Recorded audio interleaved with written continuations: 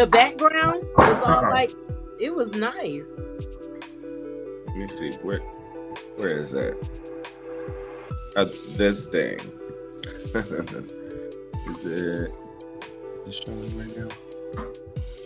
I know you're live. No, well, you gotta do the intro, boss man. Right. Y'all know y'all live, right? Yeah. You do the intro. We waiting on you, boss. Hey, Come on, Big Daddy. For the People Podcast. I'm your host, Vision X. And this show is for the people, by the people, to bring power back to the people. Sorry that my camera's all messed up. You know, Microsoft don't make the best cameras. I don't care how they feel about it. Go talk to your mom about it. We are joined by our queen of judges herself, Miss Nikki. Hey, everybody. Welcome back. And we are joined by Trey Richardson. What's up, y'all? Good morning. All right, so we are about to begin. We have a packed show. And you know we always start off with fire on this show. While we're starting off with fire, I'm going to be fixing my other camera as well. So I'm going to give you some stuff to look at. Oh, let me pull the chats up. I want to make sure everybody's on the chats. Now let me check TikTok. Yeah, we got them all. You know, our all of our guests is always late. Every last one of them. All right, y'all, for TikTok, if y'all are on the live, make sure you tap that screen, like the live, share the live. Okay, so we can get some love. Okay, thank you. Yes, God. Hey, Paige. Oh, and also, please make sure to join Join on YouTube as well. Perfect. Okay, we're about to start off with fire on this show. This is something that I really wanted us to discuss this today because, you know, people are always out of pocket. And it's not just, you know, other races of people, like white folks. It's always some other race as well. And it's usually Indians or Asians. So we're going to take a look at that. And we're going to show this to you. 1 second. And I want to see what you guys think about it.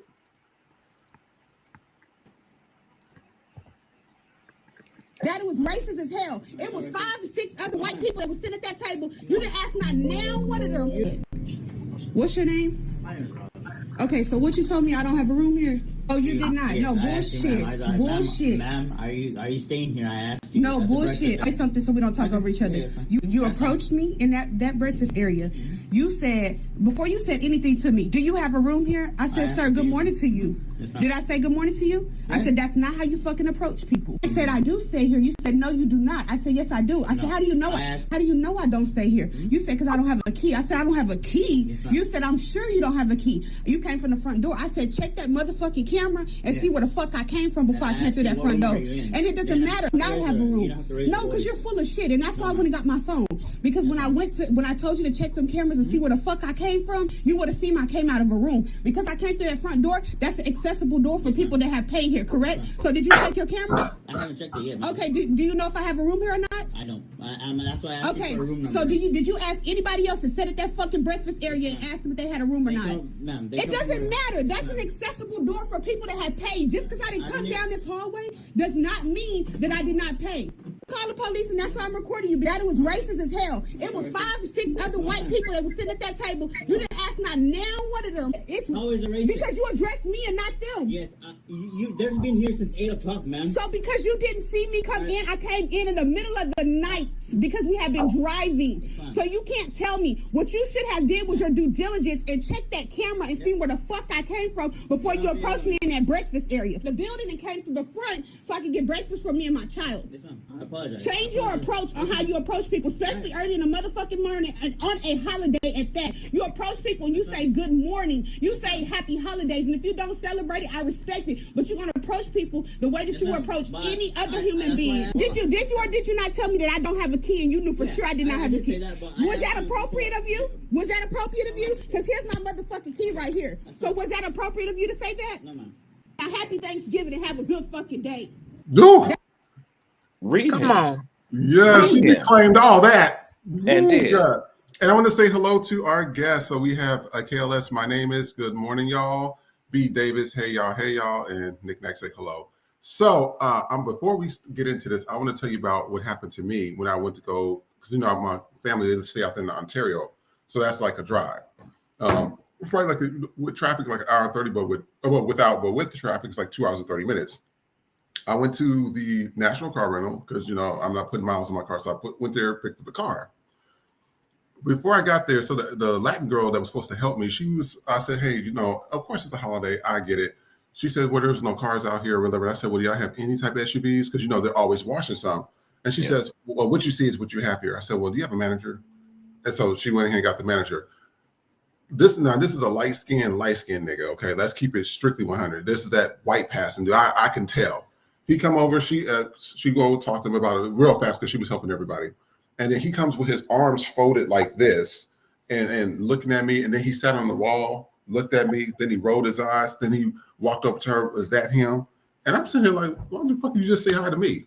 And so I said, hey, do you have any Jeep Grand Cherokee or Ford Explorers that you guys are currently washing? I mean, I know the process has been written for years.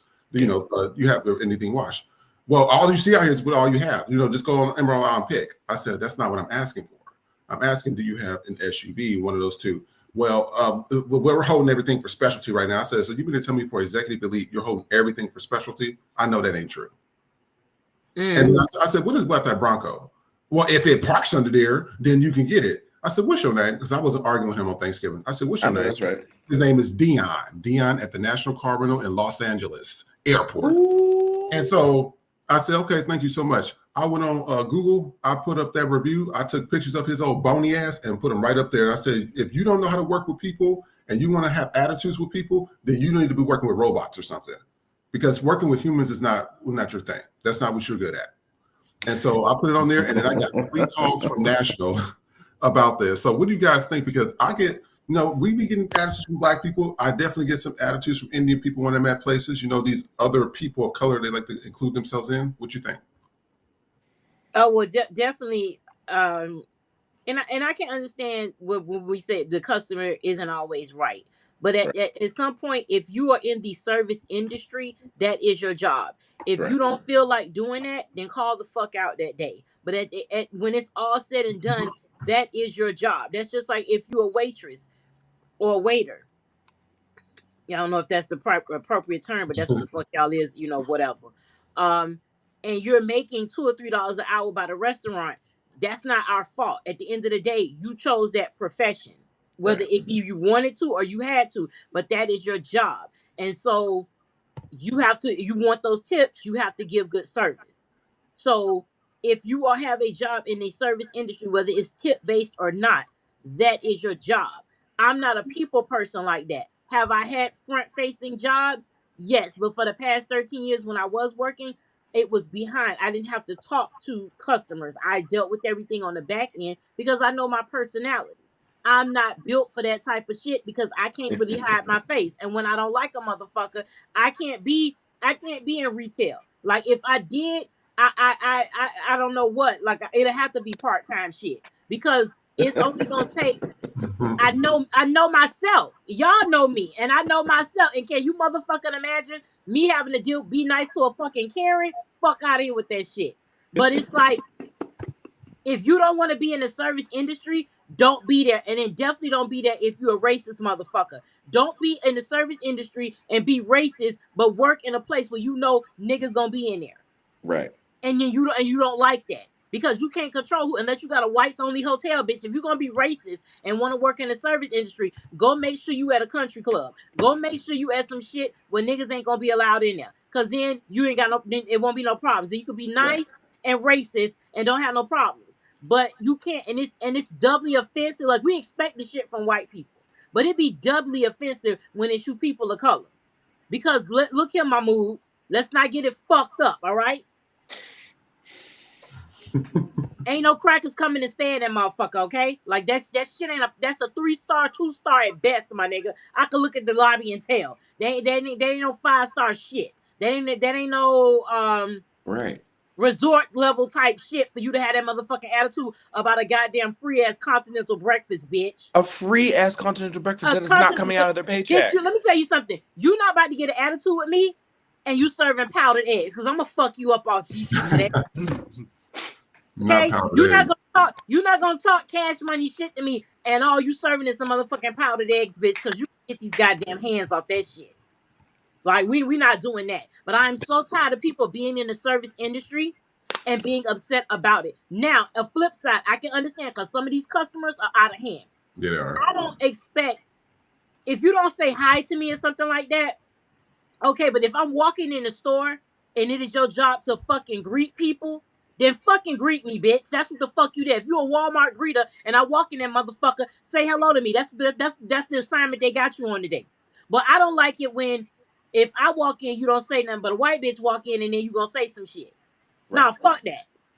I want you to, you know, if it's your job to speak to people, then speak to people. If you ask me, hey, do you need some help? And I tell you no, then that's it. When I need you, I'll come and find you. But it's still a way to be hospitable. You're in the service industry. And she had every right to cuss him the fuck out. Because Chris, you wasn't on Friday, but Mimi, that's the most dangerous game to play is not say good morning to her. And you like a service person and you just either start talking or you don't say shit at all. Right. Listen, I feel sorry for you, nigga, because you might get fucked up. Like that's it. That's just certain things we don't play. It's like as black people, we are hospitable, and we Right. expect like when we say good morning, you say good morning back, or basically don't come start talking to me on some bullshit and you ain't even said nothing to me. Cause then Right. you not treat me like a fucking person. You think Right. you just walk up and talk to me, or you could say some shit, and that's the problem. You don't give black people the fucking respect. You don't see us as equal. You don't see us as humans. So you feel like you don't have to do that. And no, bitch, you have to. Her crash out was 100% valid, and to me, It and was. honestly, to me, she didn't do enough. Cause I would have talked about the bitch mama. I would have talked about his daddy. I would have went, listen. When they go low, bitch, I'm shipping you, I'm sending you to the devil's anus. Same day delivery. Like I'm going there. So that's what the fuck I would have did. She didn't do it. In my opinion, she didn't do fucking enough. She did good, but she didn't do enough. Cause I'd have made that. I wouldn't have been satisfied until somebody was crying. Well, you See, want to this is why I know? wouldn't like let you outside, okay? That is what I, that yeah. It 100 fucking percent why niggas don't let me outside. Cause you never know. Jesus. Well, what I want to do is I want to jump off what you just talked about. People ain't doing enough. So, FAFO, Karens, Trump gave these white folks, they think they can do the 1950s and 1940s, go up and hit you and do stuff. So we're going to take a look at this video because, it's the thing called, back your ass up or, stay out of my space. And people don't understand boundaries. So we're going to take a look at this video. Why are you taking a picture of me? Why are you taking a picture of me? Why are you sitting here? Because I can. I'm doing something. You're doing something in front of a bank? What are you doing here? Why is it your business? That's what I'm doing, you stupid bitch. No, you're sitting there. Because I'm on my phone. It's none of your fucking business. Why don't you learn? Look, you little old wench bitch. If you don't leave me the fuck alone.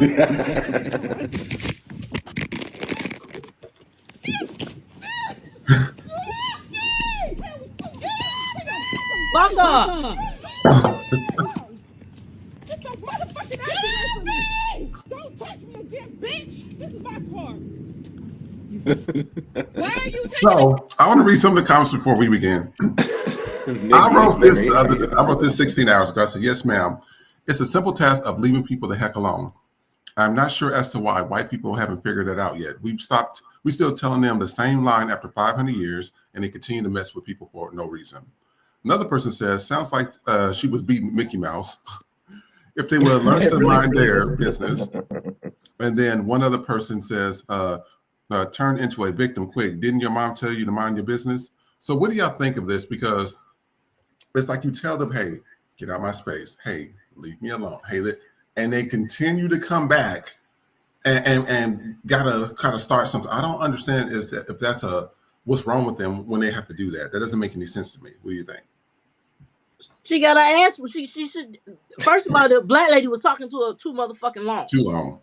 She was talking too fucking long. But it was a happy ending because she got the skippity paps put the fuck up on her ass. She got the goddamn paws put on her, and that's exactly what the fuck you get, bitch. It's nighttime at the ATM, and you want to come up to a motherfucker? Okay, end scene, bitch. Because you don't approach people like that. I'm so tired. That's right. She got her ass fucking whooped, and she should have got her ass whooped.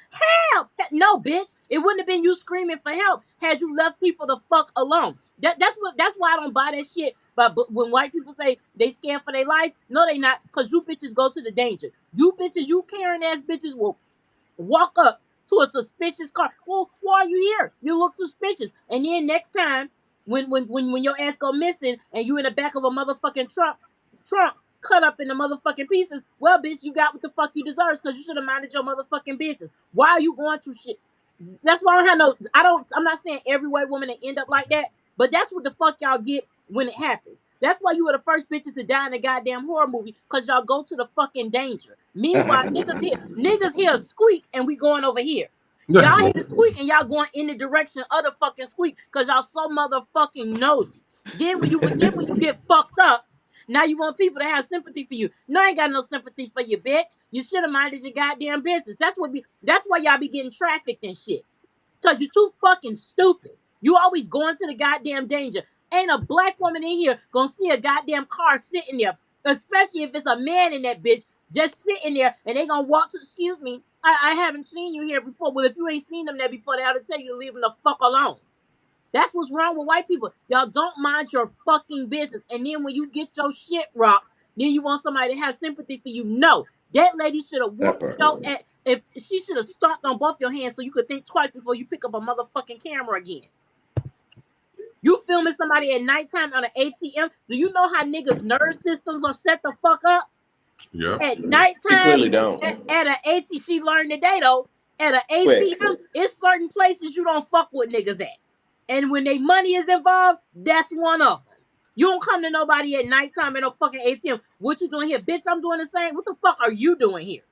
That's the one thing about white people. That's how you know they don't see us as human, because they think they can ask us anything and get the answer. That is a slave master mentality when you think you can walk up to any person that is not white and ask them what the fuck they doing there, and they genuinely expect a fucking response. And I am so tired of we as black people giving them a motherfucking answer.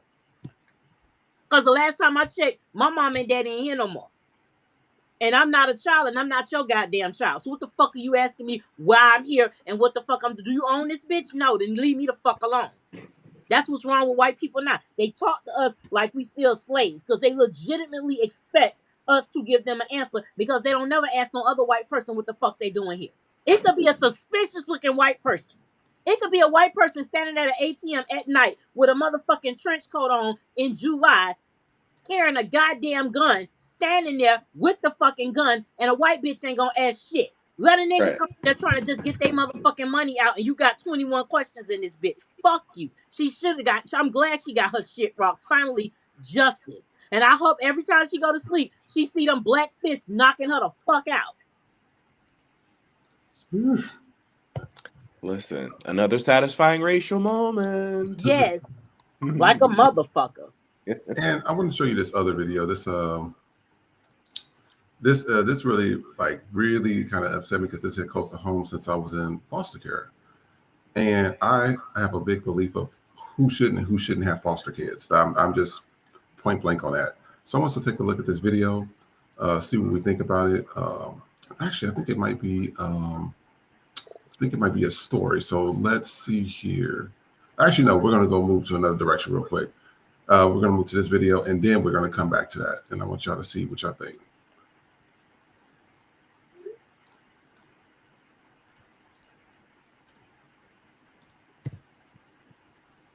People who watch Nick Fuentes, what kind of world have they grown up in? These young white men. Well, they've grown up in, over the last 10 years, a world that hates them. And not in a subtle way. Openly, with a Hutu-like directness and ferocity. They've grown up in a country that has systematically, in law, excluded them from the workplace, from education, from federal grants, and has told them again and again and again, no, we're not discriminating against you, and yes, you deserve it. Imagine growing up like that. And again, this isn't behind the scenes. This is way out in the open.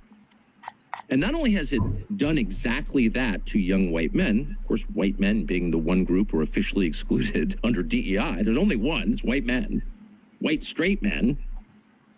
It's not whining. And by the way, this happens to be the one group in America who, by and large, have been taught for cultural reasons, don't whine.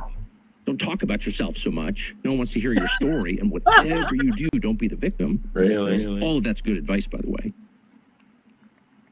But this group has not only been excluded with the force of law by the Justice Department in every state and at every college and university, with maybe 3 exceptions, they've been mocked and attacked and lectured and harangued and screamed at.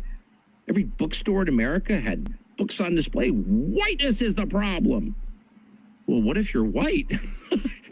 What if you're like 19 and you're thinking about how do I make my way in this increasingly competitive, maybe even ruthless country? And everywhere I go, people are telling me I'm bad because of the way I was born. What effect would that have on you? And then you flip on the tube or the internet, and all these people with big jobs making big salaries who have the implied moral authority of their positions are telling you you're bad because of your skin color. And by the way, this is not a guess, but they've grown up in a world where one of the leading CNN anchors is looking right into the camera. So what the fuck is wrong with you white people? You want to be near other white people? You want to have a heritage? You want to have white children? How dare you? The CNN anchor is married to a white guy. Whatever. But it's a little hard to tell people that racism is wrong when you're committing it. Tucker, are you serious right now? All right, I'm gonna let us start our stuff. Okay, so I'm gonna read some of the comments here. Ooh, So somebody said the group who has never had to compete for anything now has to earn it. Another person says when the tables turn, pull yourselves up by your bootstraps. Somebody else said they are always trying to complain and play victim.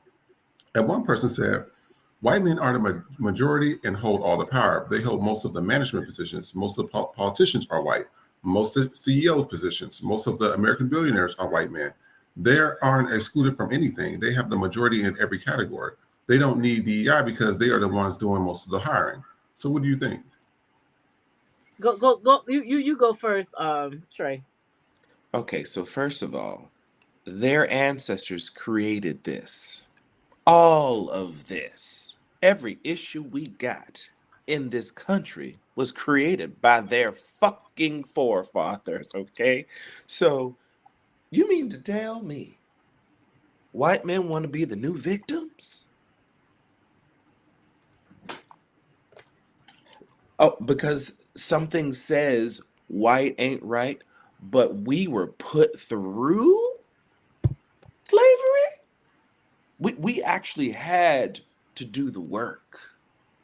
And now you are being expected to pull your weight. You're expected to almost be on an even playing. Still, your skin is a ticket. Your skin is a ticket to a whole other daily life. Mm-hmm. Are you kidding me? Motherfucker got Willy Wonka whiteness. Yeah. You walking around here with Willy Wonka whiteness, bitch. You got a motherfucking golden ticket. He literally sat there, and if you paid attention, took the black experience and fucking flipped it. Everything he took it. Mm-hmm. Imagine being because of your. Yeah, we can't imagine it, motherfucker, because it's our life every fucking day. We are literally. We cannot. I don't understand. This is the thing. Can black people be prejudiced? Yes. Can we be racist? No, motherfucker. But because we don't have the systemic, financial, economic power to put you bitches through the things you put us through. We do not have a way to enslave all white people. We do not have a way to make systematic oppression for white people. Y'all did that. Y'all are the bad people. In the fucking story. Y'all made yourselves the villain in the story of America when you did what the fuck you did. You were the villain in America's story when you came and stole the land from Native Americans. You was the villain in this story before we fucking got here on the goddamn ships, bitch. You made yourself the villain. White people do not like it, especially white men. There's a reason why DEI didn't include white men, because you motherfuckers run every goddamn thing. How the fuck can you benefit even further? You don't need special programs. You don't need special programs because your whiteness is the fucking specialty, bitch.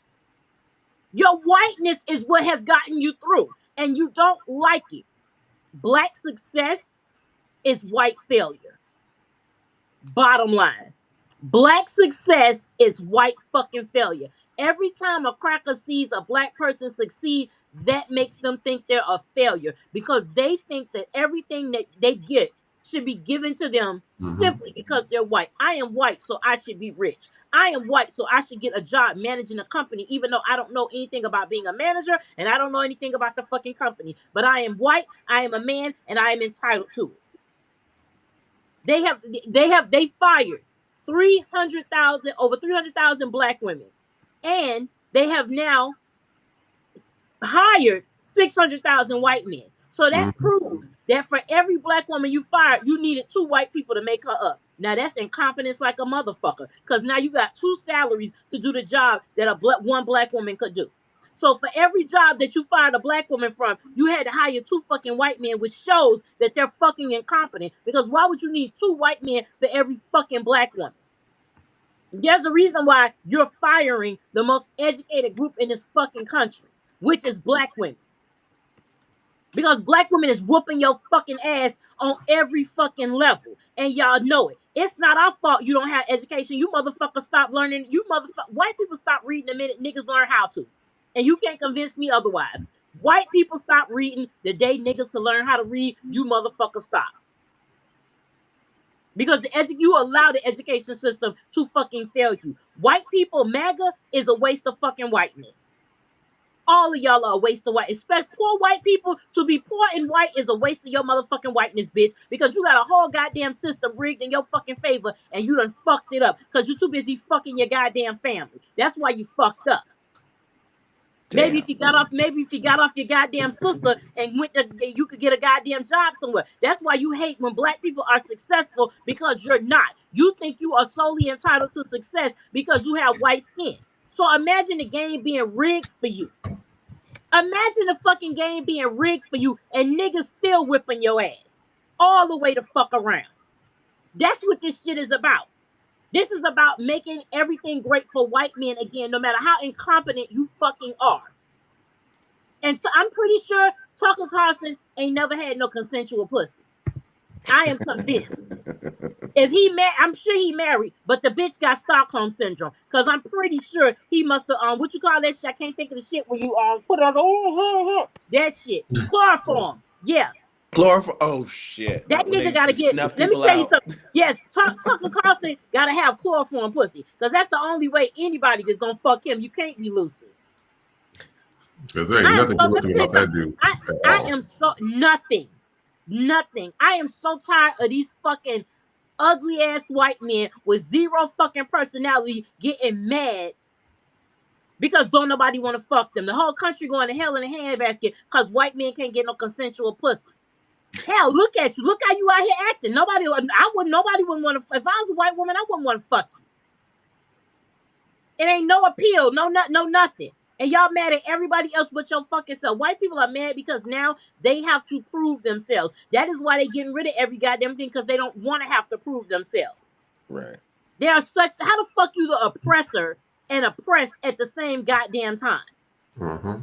That makes no fucking sense. You want white people go above and fucking beyond to be victims. I ain't never seen nobody go that far to be a goddamn victim. Meanwhile, as soon as black people say, so, oh, you're such victims. Yeah, we are victims, bitch. Victims of slavery. Victims of violence. Victims of discrimination. Victims of race. Yeah, bitch, we are victims. It's SVU in this motherfucker. Because of you. You goddamn right, nigga. Special victim unit, goddamn it. Because that's what the fuck we are. Get Benson and Stable to fuck you crackers up. Get some white on white violence in this bitch. And I want to take a look at these next videos. It's going right into what we're talking about. Hey, welcome everybody. I just want to let you know, I'll read some of the comments, but not all the comments. This came from B. Davis, has a way to misconstrue terms. They want people to think bigotry and racism are the same. They want everyone to think that all are equal. And when facts and truth are presented, they get mad. Noah's mad. They are the biggest, they're the biggest recipients of DEI. I have a team full of highly competent women of color with a white male supervisor who couldn't pour piss out of a boot with the instructions written on it. Damn. And, I'll tell you this. I don't think white folks really want to play that game of who's doing better and what, because if you look at it, and I'm going to pull up this chart real quick that's going to tell you everything. But when I was in Kansas, Missouri, Iowa, Nebraska, all the top positions, you can go to any company where they have a board of directors and CEOs, almost 90% of them are white. The only time they have a person of color in these positions, they'll have the Indians. Which job do you think the Indians are usually in? What, tech? Yeah, IT. What about Asians? They only give them one. Money. Well, finance. Yeah, finance. What about blacks? The actual labor. Engineering, labor. Operations. So it's like, and then everybody else is in, I'm the director of HR, I'm the director of sales and economy, I'm director of buying. I'm just like, wow, that's so funny. People never realize that. Yeah. Wow. People, I did a paper on it for my master's degree, and I was like, I just don't get how white folks want to become victims. And I'm like, you can't be a victim if you got all the best positions and you also put people where you think that will be the best position for them. Like when you see somebody become a CEO or director, they would literally get pissed off at you. I worked at stores where white people did that. They got upset that, oh my God, they're coming to fire us and they got this black person here. And I was like, he haven't even stepped foot here yet, and you guys are already talking about you're going to be targeted. Somebody already threw the N-word around multiple times. So I just look at them like something. I think something is wrong with them mentally, because I said you cannot literally think that somebody's out to get your ass all the time. That's why they have all this shit on TV scaring the shit out of these white folks. They're the only ones that act like that. You see what Charlie Kirk happened. Who do they come to? The black people. We had nothing to do with any of that shit. Go find that white family that raised him and the people in Utah. Why don't you white people go after other white folks in Utah? Leave us the hell alone. That's all we want. So I'm going to read something, just bouncing off what this conversation is and what Nikki had to say, and I want us to take a look at this. So this is an example of privilege for your racist family members. Ooh. So we're going to go to this one. The 20 richest Americans are all white, as in 77% of the U.S. Congress. The people in positions of power making decisions about your life and your community are white. Number 2, since September 11th, the white supremacists have perpetuated more acts of terrorism in the United States than any foreign threat. Yet none of these people were labeled terrorists, nor were white people asked to apologize on their behalf or publicly denounce them. They want communities of color are often asked. Brock Turner, a white college student who violently raped an unconscious girl, was given 6 months sentence due to his previous good character. And I remember this story because this was big. He served 3 months. Compare this to Central Park 5, a group of innocent black employees scapegoated for the rape of a white woman who served between 6 to 13 years for a crime none of them had committed. 4, studies have shown that white people are more likely to have their pain taken seriously, leading to BME or black people groups experience more illness, worse outcomes, and more premature deaths, while black patients are half as likely to be prescribed pain medication. In the UK, black women are 5 times more likely to die during childbirth than a white woman. And now that's even in the UK, so it's not just practice in America, it's practice over there as well. Number 5, you have the privilege of being taught about your history in school instead of having to seek it out elsewhere. You and your history are centered and often presented in a false positive light that glosses over the real atrocities of colonialism, imperialism, and slavery. 6, as a white person, your name alone is likely to get you twice as many job interviews as a candidate with a non-white sounding name, even if you both have otherwise identical resumes. And that's true because Inside Edition, which is a white organization, spoke about this on the news and talked about this. Number 7, as a white person, you are able to wear your hair naturally without it being seen as dirty, messy, or unprofessional. You also find foundation and makeup in your shade without having to look. Flesh-colored Band-Aids are actually the color of your flesh. Number 8, you're never told you're surprisingly pretty, smart, or well-spoken for a white person. 9, being able to accept a job without even having to consider whether there will be people of your own stare, or that you'll be alienated or left out because their skin color is white privilege. 10, if you were raised to see police as people you turn to for help rather than a dangerous threat to your life, you benefit from white privilege. And that's true. 11, Minneapolis police police killed George Floyd during an arrest based on allegations he had used counterfeit money. Dylan Roof, the 21-year-old white supremacist who murdered 9 members of a black church group in a targeted hate crime, was not only arrested alive and unharmed, but was later bought a hamburger because he was so tired and hungry. 12. As a white person, you grow up seeing yourself represented every day for obvious reasons. 91% of people who created new TV shows in 2017 to 2018 season were white. 79% of U.S. publishing staff are white, and just 16 of the 2018's 100 top grossing films were directed by Black people. 13, related. You regularly see people who look like you on screen, portraying as full-fledged characters with rich lives, not tokenism addition, or people reduced to stereotypes. 14, you may not be personally wealthy, but the white population benefits from historic, systematic racial wealth gaps. The UK only stopped paying back the money borrowed to pay former slave owners compensation for the loss of slavery with taxpayers' funds in 2015. And if y'all don't remember, that was a big story as well. 15, you're able to go shopping without being followed around suspicious employees or security. 16, Black men in the U.S. serve longer prison sentences than white men who have been found guilty of the exact same crime, even when accounting for criminal history and other relevant factors. And the White House took down this data now, proving everything about them. 17, actually. You can travel to most places without having to worry about your safety and do not have to Google what the racism is like in prospective vacation destination before you buy a ticket. That is so true. We do that all the time. 18. You are not only likely to have access to mental health resources through better financial means, but the professional and therapists you interact with are also more likely to be white and therefore more likely to understand you and your experiences. 19, a 2018 study found that overwhelmingly majority of children's books are written both about and by white people. 20, Shanisha Taylor, a homeless Black woman who left her children in a car for 45 minutes so she could attend a job interview, was arrested and faced losing her kids.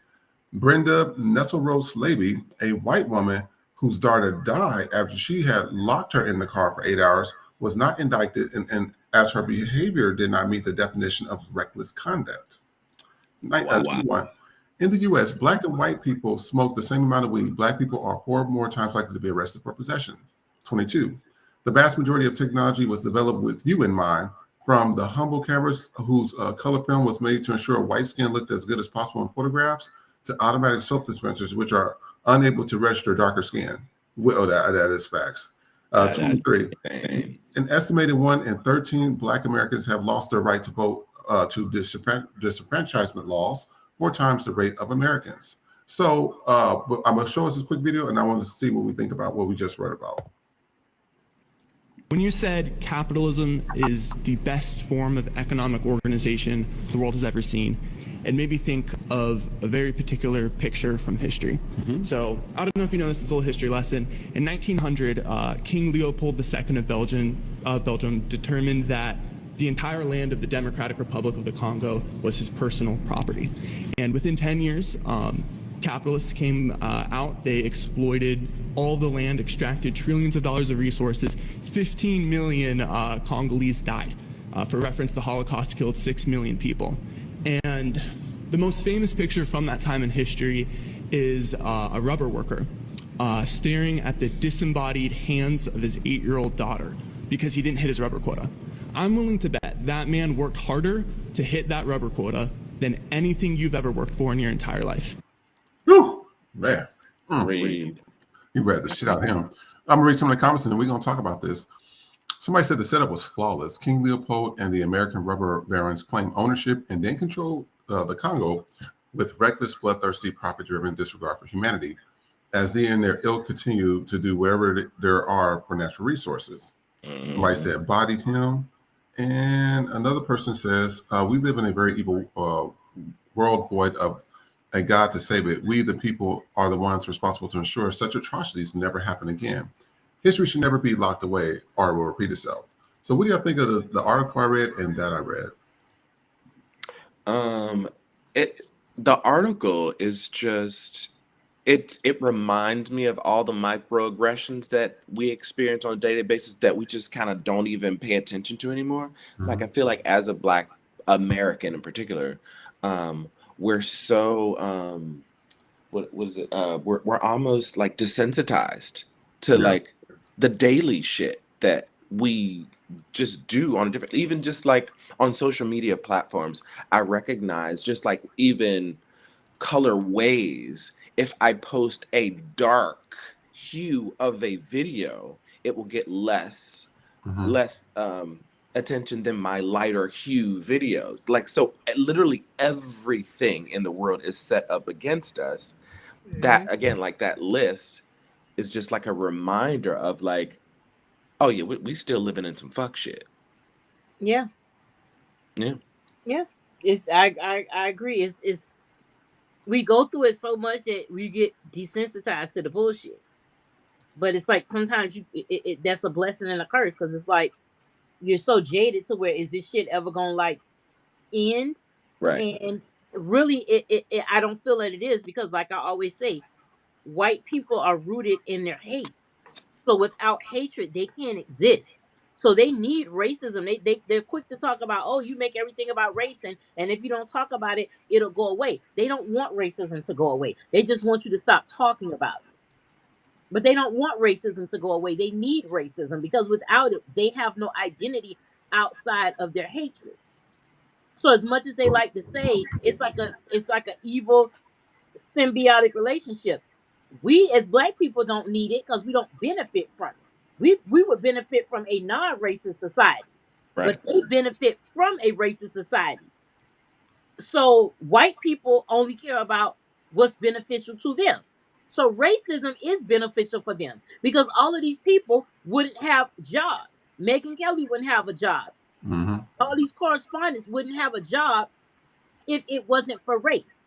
Fox News wouldn't even be in fucking business right now without the fucking hatred. The minute Trump leaves office, I don't know what the fuck they're gonna do because what other propaganda do you have to fucking push? Right. Because if the world don't wake up after this motherfucker, I don't know what it's gonna take. So like at this point, every time a white person says I don't see color, or if you stop talking about it, it'll go away, or you're being divisive. No, your people are being divisive. Your Right. people created the division of all divisions. Your people created an entire system of fucking oppression for the purposes of division, for the purposes that they would get everything and we would get nothing. We are literally living in the society we're living in right now because of your fucking need for superiority and whiteness. You're going to be homeless and hungry, but hey, at least I get to still be fucking white. Well, guess what, bitch? Whiteness don't serve you in death because don't nobody give a fuck. When you dead, the lights out for every motherfucking body. Guess what? When you dead, the room is dark, bitch. When you dead, it's lights the fuck out. It is what it is. It's that you can go and you damn sure ain't going to the light. But if you go into that motherfucker when you're done, when it's all said and done, and you close every night, you close your eyes, what do you see? Darkness, bitch. Step into the light, Caroline. And That's it. And what I want to do is I'm gonna go into the next. Oh, where'd you go? I'm here. I'm here. Really? Did you change something, Trey? Because the screen changed. Oh, I don't think. Yeah, you changed something. Oh Lord, what? Oops, I didn't hit a button. All right, so you guys, we're about to go into the next video. Now, I was saying before, I grew up in foster care. I don't care how nobody feel about it. I think that most people that's adopting children or whatever need to be screened. That's just my personal opinion.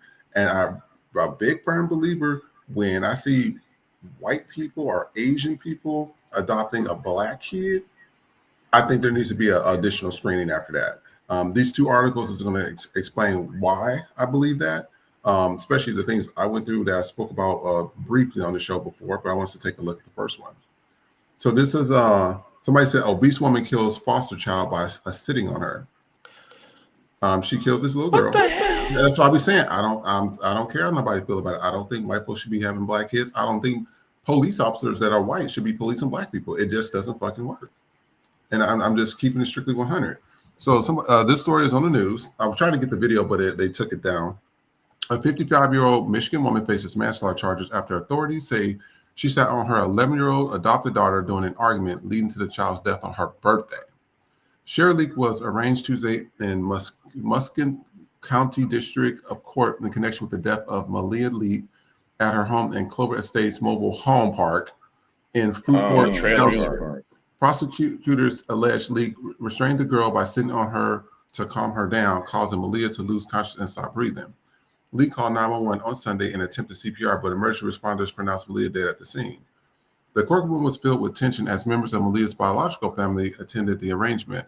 Jessica Mosley, Malia's biological mother, expressed disbelief and grief over the incident. She said on my daughter on her birthday over a disagreement that she said they had, which I don't understand. Mosley said, she's 11. What disagreement are you having with an 11-year-old to the point you need to sit on her?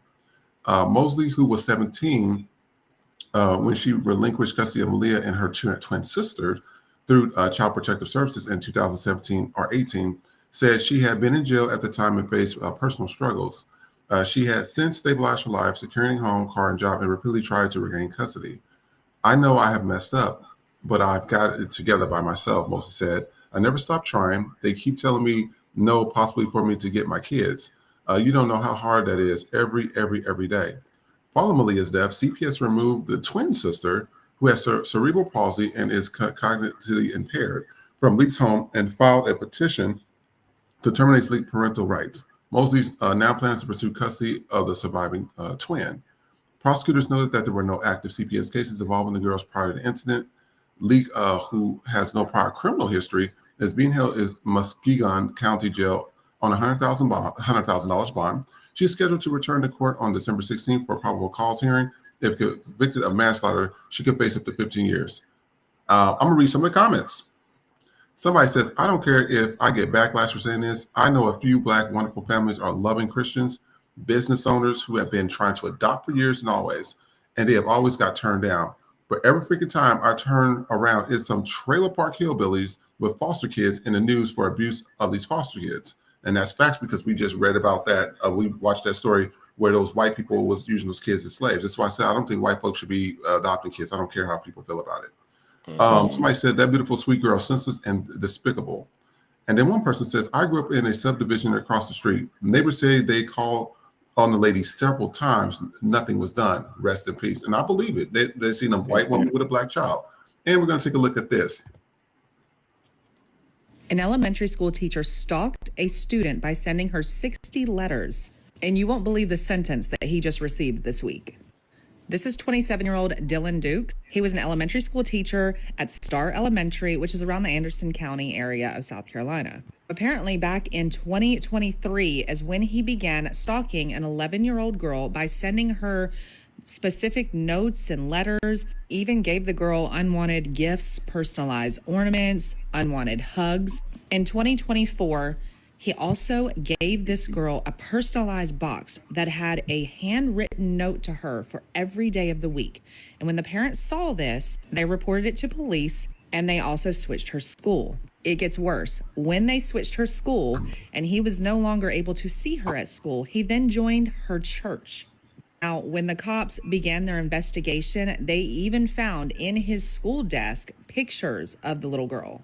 Anderson County Sheriff's Department has said that they believe that his behavior was progressing since this started in 2023 and was eventually going to move towards actual criminal conduct. First, he was just charged with stalking and placed on administrative leave. Of course, he's lost his job by now. He was sentenced to 3 years in prison, which was then changed to 5 years probation. An elementary school teacher stalked a student. Okay, I'm going to read some of the comments. The law doesn't care about women and children. Another person says, when predators keep getting these light punishments, I hope the same grace is extended to the parents and family who take care of the situation. Oh, that's a word. Another person says, oh my goodness, 5 years probation, protect our children. Who was the judge? Be careful. And I want us to, we just had, I forgot that case that happened in Oklahoma that we spoke about a few weeks ago, where the boy, the white dude, he was on a baseball team. He had raped the girls, whatever. And a female white judge, literally, she just gave him I think it was just probation. And I said, I think there's something in, and people can get mad all they want, but you can continue to see the real true stories over and over. White men being able to sexually assault and touch and do whatever they want. Also with that woman we showed who was having sex with that middle school student. Cops came to her house. She was like, oh, you come for me? Yes, they came to pick your ass up. You sitting on 15-year-old boys' dicks. Like, what did you think? And I think something, when you look back at slavery, I tell you, I think there's something in their DNA to where they think that that's okay. Like, that's their right to touch anybody they want without any consequences. Because you see the judges, they give out these light sentences. I'm like, well, you see he did this. You say it's bad. But you see this black person who stole a candy bar, you're about to get him 20 years, and a guy who literally choked out 2 girls and raped them, he's going to get 5-6 months probation. Make it make sense. What do you think? Yeah, because that's how it is. I just said they still see us. It's slavery. Whiteness, racism is in the DNA of white people. It is at this point. They have to actively work to not be racist. They have to actively work to not be sexually perverted. All of this shit is in their DNA. For them to not be it, they have to actively work to not be it. Because at this point, what else could it be? And these judges giving this light sentences, it says something about them, because that means you're out here doing that type of shit. So you don't think somebody should be punished because you're doing it, or it's being done to a black person, and so therefore you don't care. But even when it's done, when it's white on white sexual abuse, when it's white on white crime and shit like that, you still give it a fucking pass because you think, okay, they're white. It's on some level it has to do with their whiteness, which is why they're getting a fucking pass. But yeah, I don't like it because you don't never see black families adopting white children. And I'm not saying you never see it, because obviously it exists. But one thing about it, I can guarantee you that black family is not treating that white child any differently. That's the thing about us. I guarantee you that if a black couple adopted a white child, that motherfucker might think his name is Jerome. Yes. Because that is how he is literally going to be treated just like everybody else. Right. But when it is the opposite, they go out of their way to let you know you the nigga up in here. And basically, you're not going to be one of us. Yep. And that's where the abuse and everything comes from. White people literally think that they can ask us questions, they can touch us, they can assault us, they can do whatever, and nothing is going to happen to them. Nikki, you just said, can I touch your hair?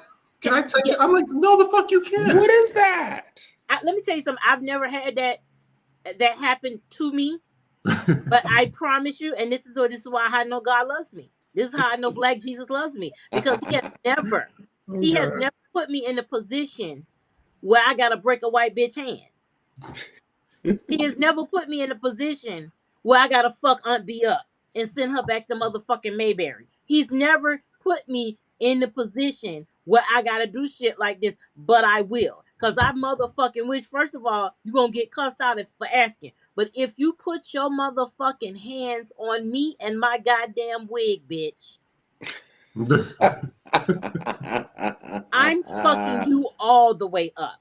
I don't give a fuck. I will be the last nigga you ever motherfucking touch, bitch. You won't ask nobody about can you touch shit. You know why? Because you ain't gonna be able to touch nothing, because both your motherfucking hands gonna be broke.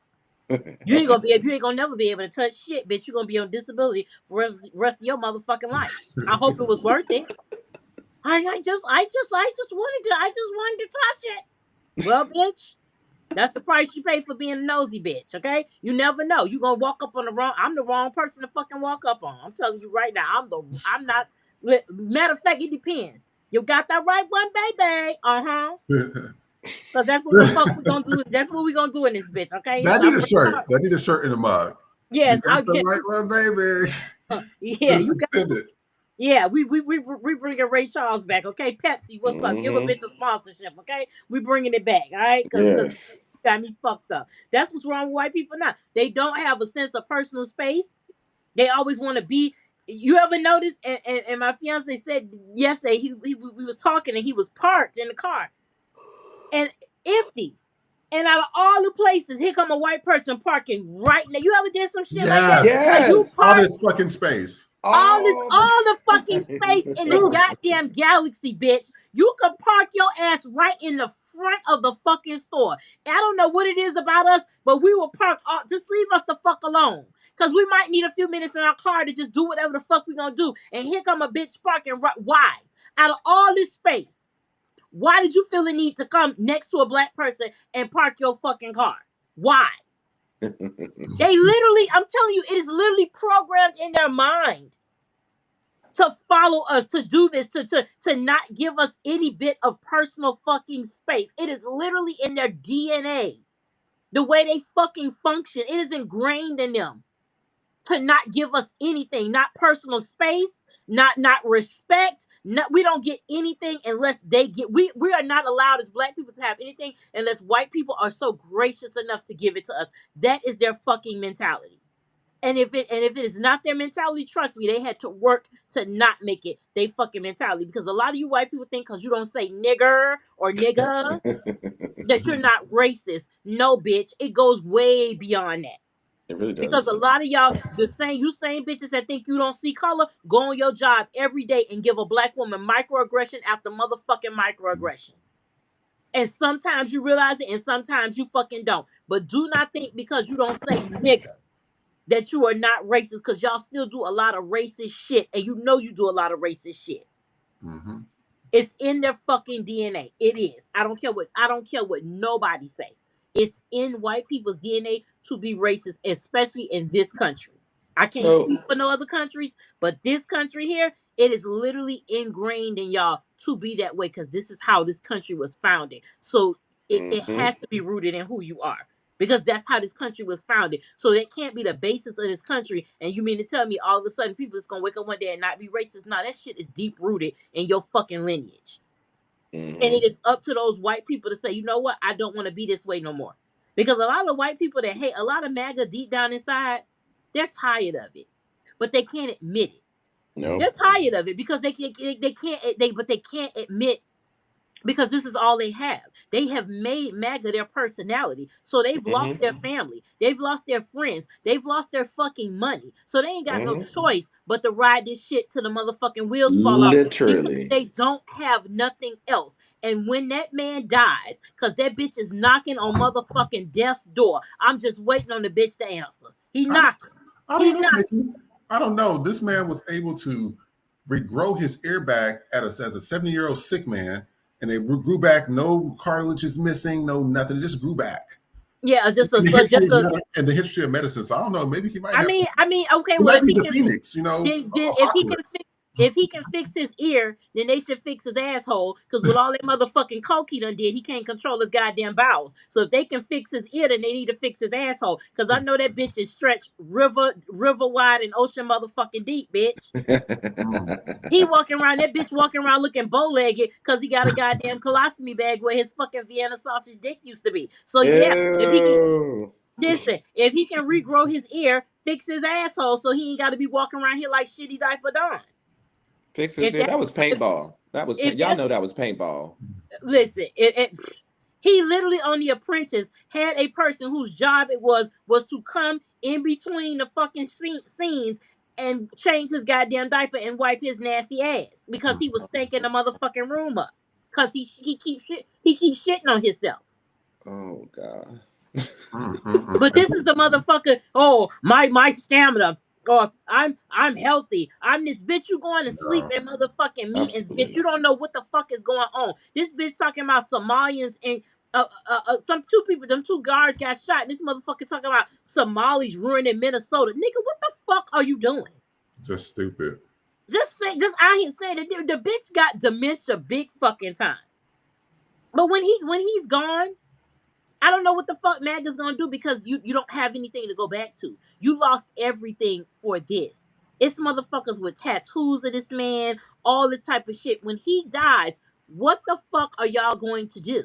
Because nobody is going to have anything to do with you. Nobody. And there's no coming. So you MAGA motherfuckers better get ready to have your own support group, bitch. Because nobody is ingrained bringing you back to motherfucking society. None of us are accepting you back. But that's what it is. I think they're tired. They have to be. But they don't have nothing left. They gave it. This is all they fucking got, bitch. This is it. And so they gotta ride this shit. They gotta hate until it ain't nothing left. And it's not gonna be nothing left.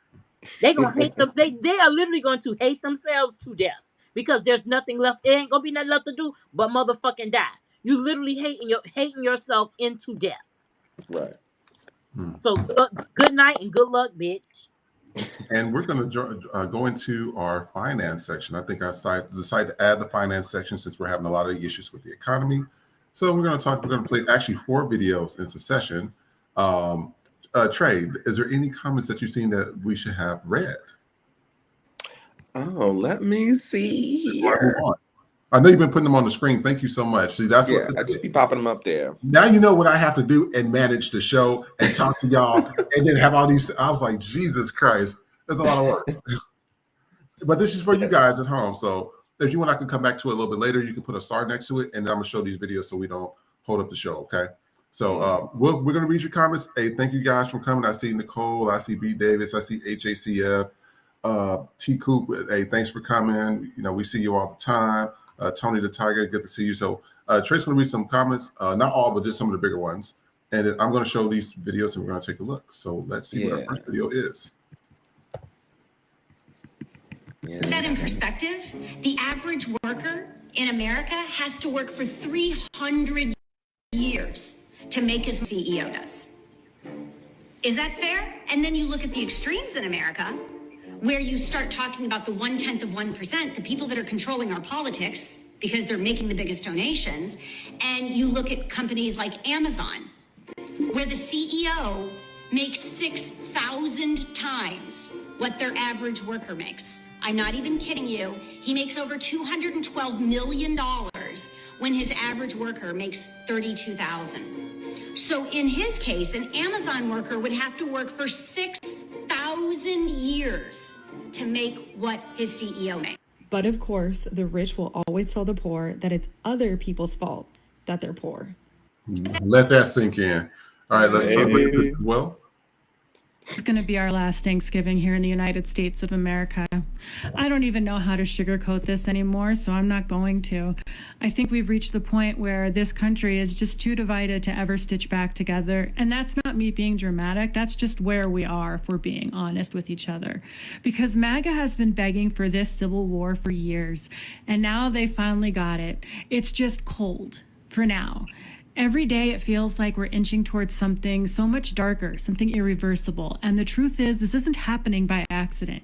This is totally what Trump and the MAGA movement have done to this country.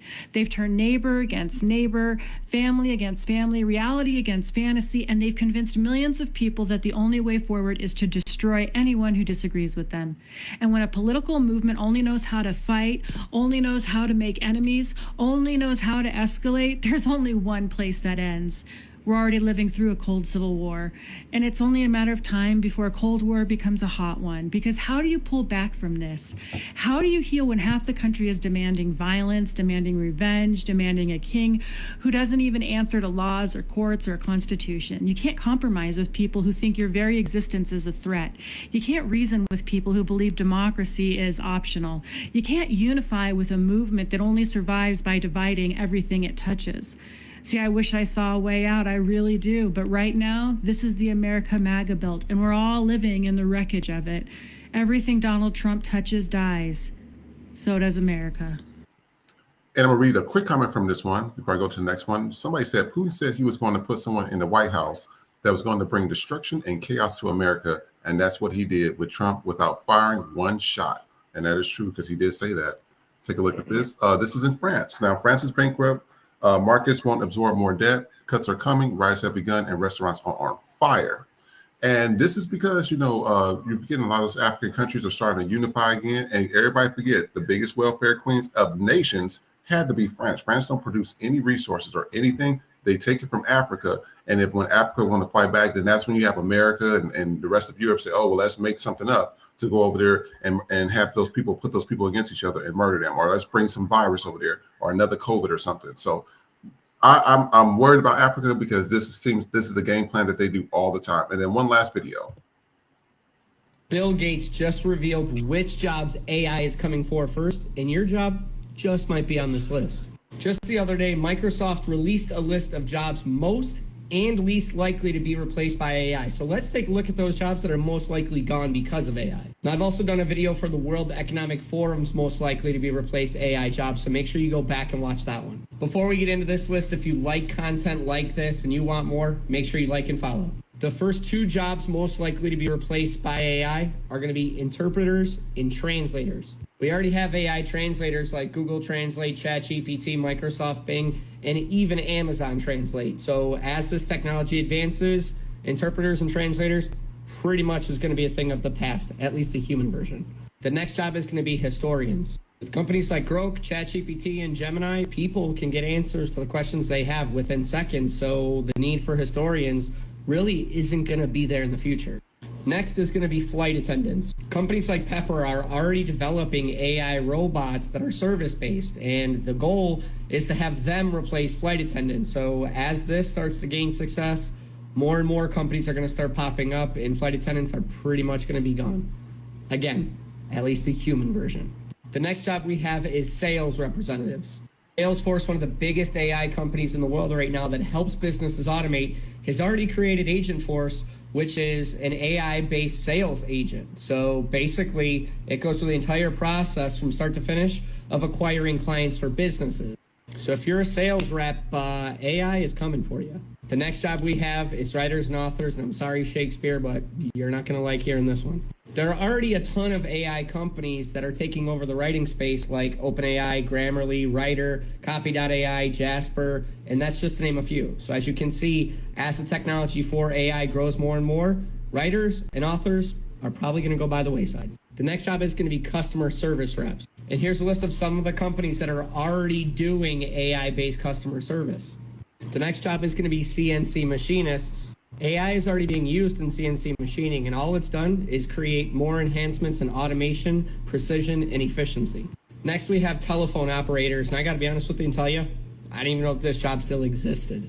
And last, we have travel agents. Let's face facts, when it comes to travel, we want to save time, cut costs, and get to our destination as quick as possible, and AI can do all of those things at the exact same time. So that was... All right, so I want to know what y'all think. I'm going to give you a few things with this. Now that video 2 videos ago, that's from a white woman.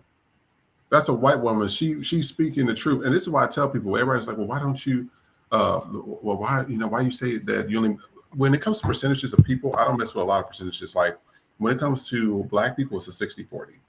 When it comes to white folks, it's like a 70-75, 25%, 30.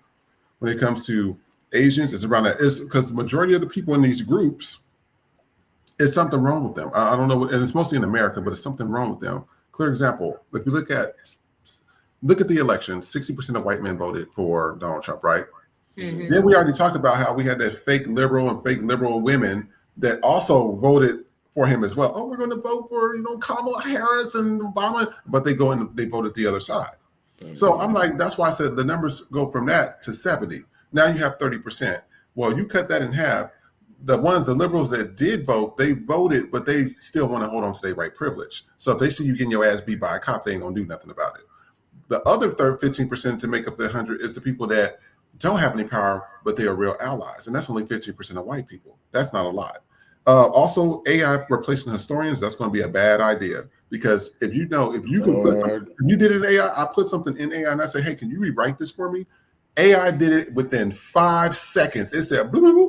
Well, you said that you want to talk about animals this way. Well, let's make animals sound evil. And then it wrote that all the animals are bad and they need to be whipped. And I said, oh my God, it did that within 5 seconds. I said, they can do that to any book. They can put any book through AI. Hey, rewrite this American history of slavery and make it sound like they had nice bonnets on and they were fed well and we gave them good air conditioning, and it will do that within seconds. And then they will put this out on Google or whatever, or in school, because that's owned by a lot of those organizations, then they will rewrite history. So what do you guys think of this? Fuck that, first of all. Because already we are in a situation where can't afford nothing. Some of us are today years old before we realize we were put through a system that lied to our faces for 18 years. So now AI is going to increase the speed of that happening. That's crazy to me. Mm-hmm. Absolutely crazy to me because wow, and it's so... Well, it's not just that. It's also, they said now that, okay, I will agree with some AI stuff.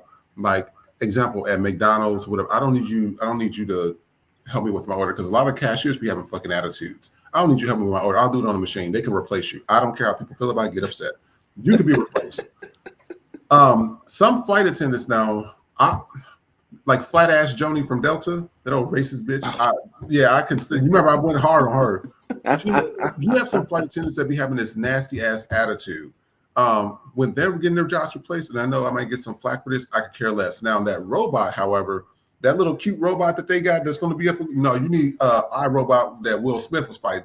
Sit your ass down, or you're going to get jacked up. You got to have a robot like that. That little cute robot, please, that ain't going to work. You need one with that Will Smith fought. That one will put people in their place when they get on the plane, because you got people that don't listen when they're on the plane. They say, sit down. I need to get my bag. They tell you to be quiet. They want, and it's always the common people. I ain't going to say their name because they say we're always on them, but it's always them. So I just want to know, for me, I think AI is a good thing in certain places. Not all, like historians, but flight attendants and people that work at like fast food, they can replace that. AI is, I mean, of course, it's good. And again, it all depends on the context in which you're using it. But we got to understand that AI is very racist. Yes. It is built very racist. When I ask it to create a black character or do something, it defaults into very racist stereotypes. And I know I sound crazy because I literally, I'm not finna type all that. So I have a speak feature with the Chat GPT, and I'm literally cursing it out because I'm like, what the fuck is this? Or like it tries to talk black, and I'm like, I'm not asking you to talk like a nigga, okay? I was like, listen, if I'll, but it is, and it admits it, that there's a bias built into it. But I can't make anything about Mango Mussolini.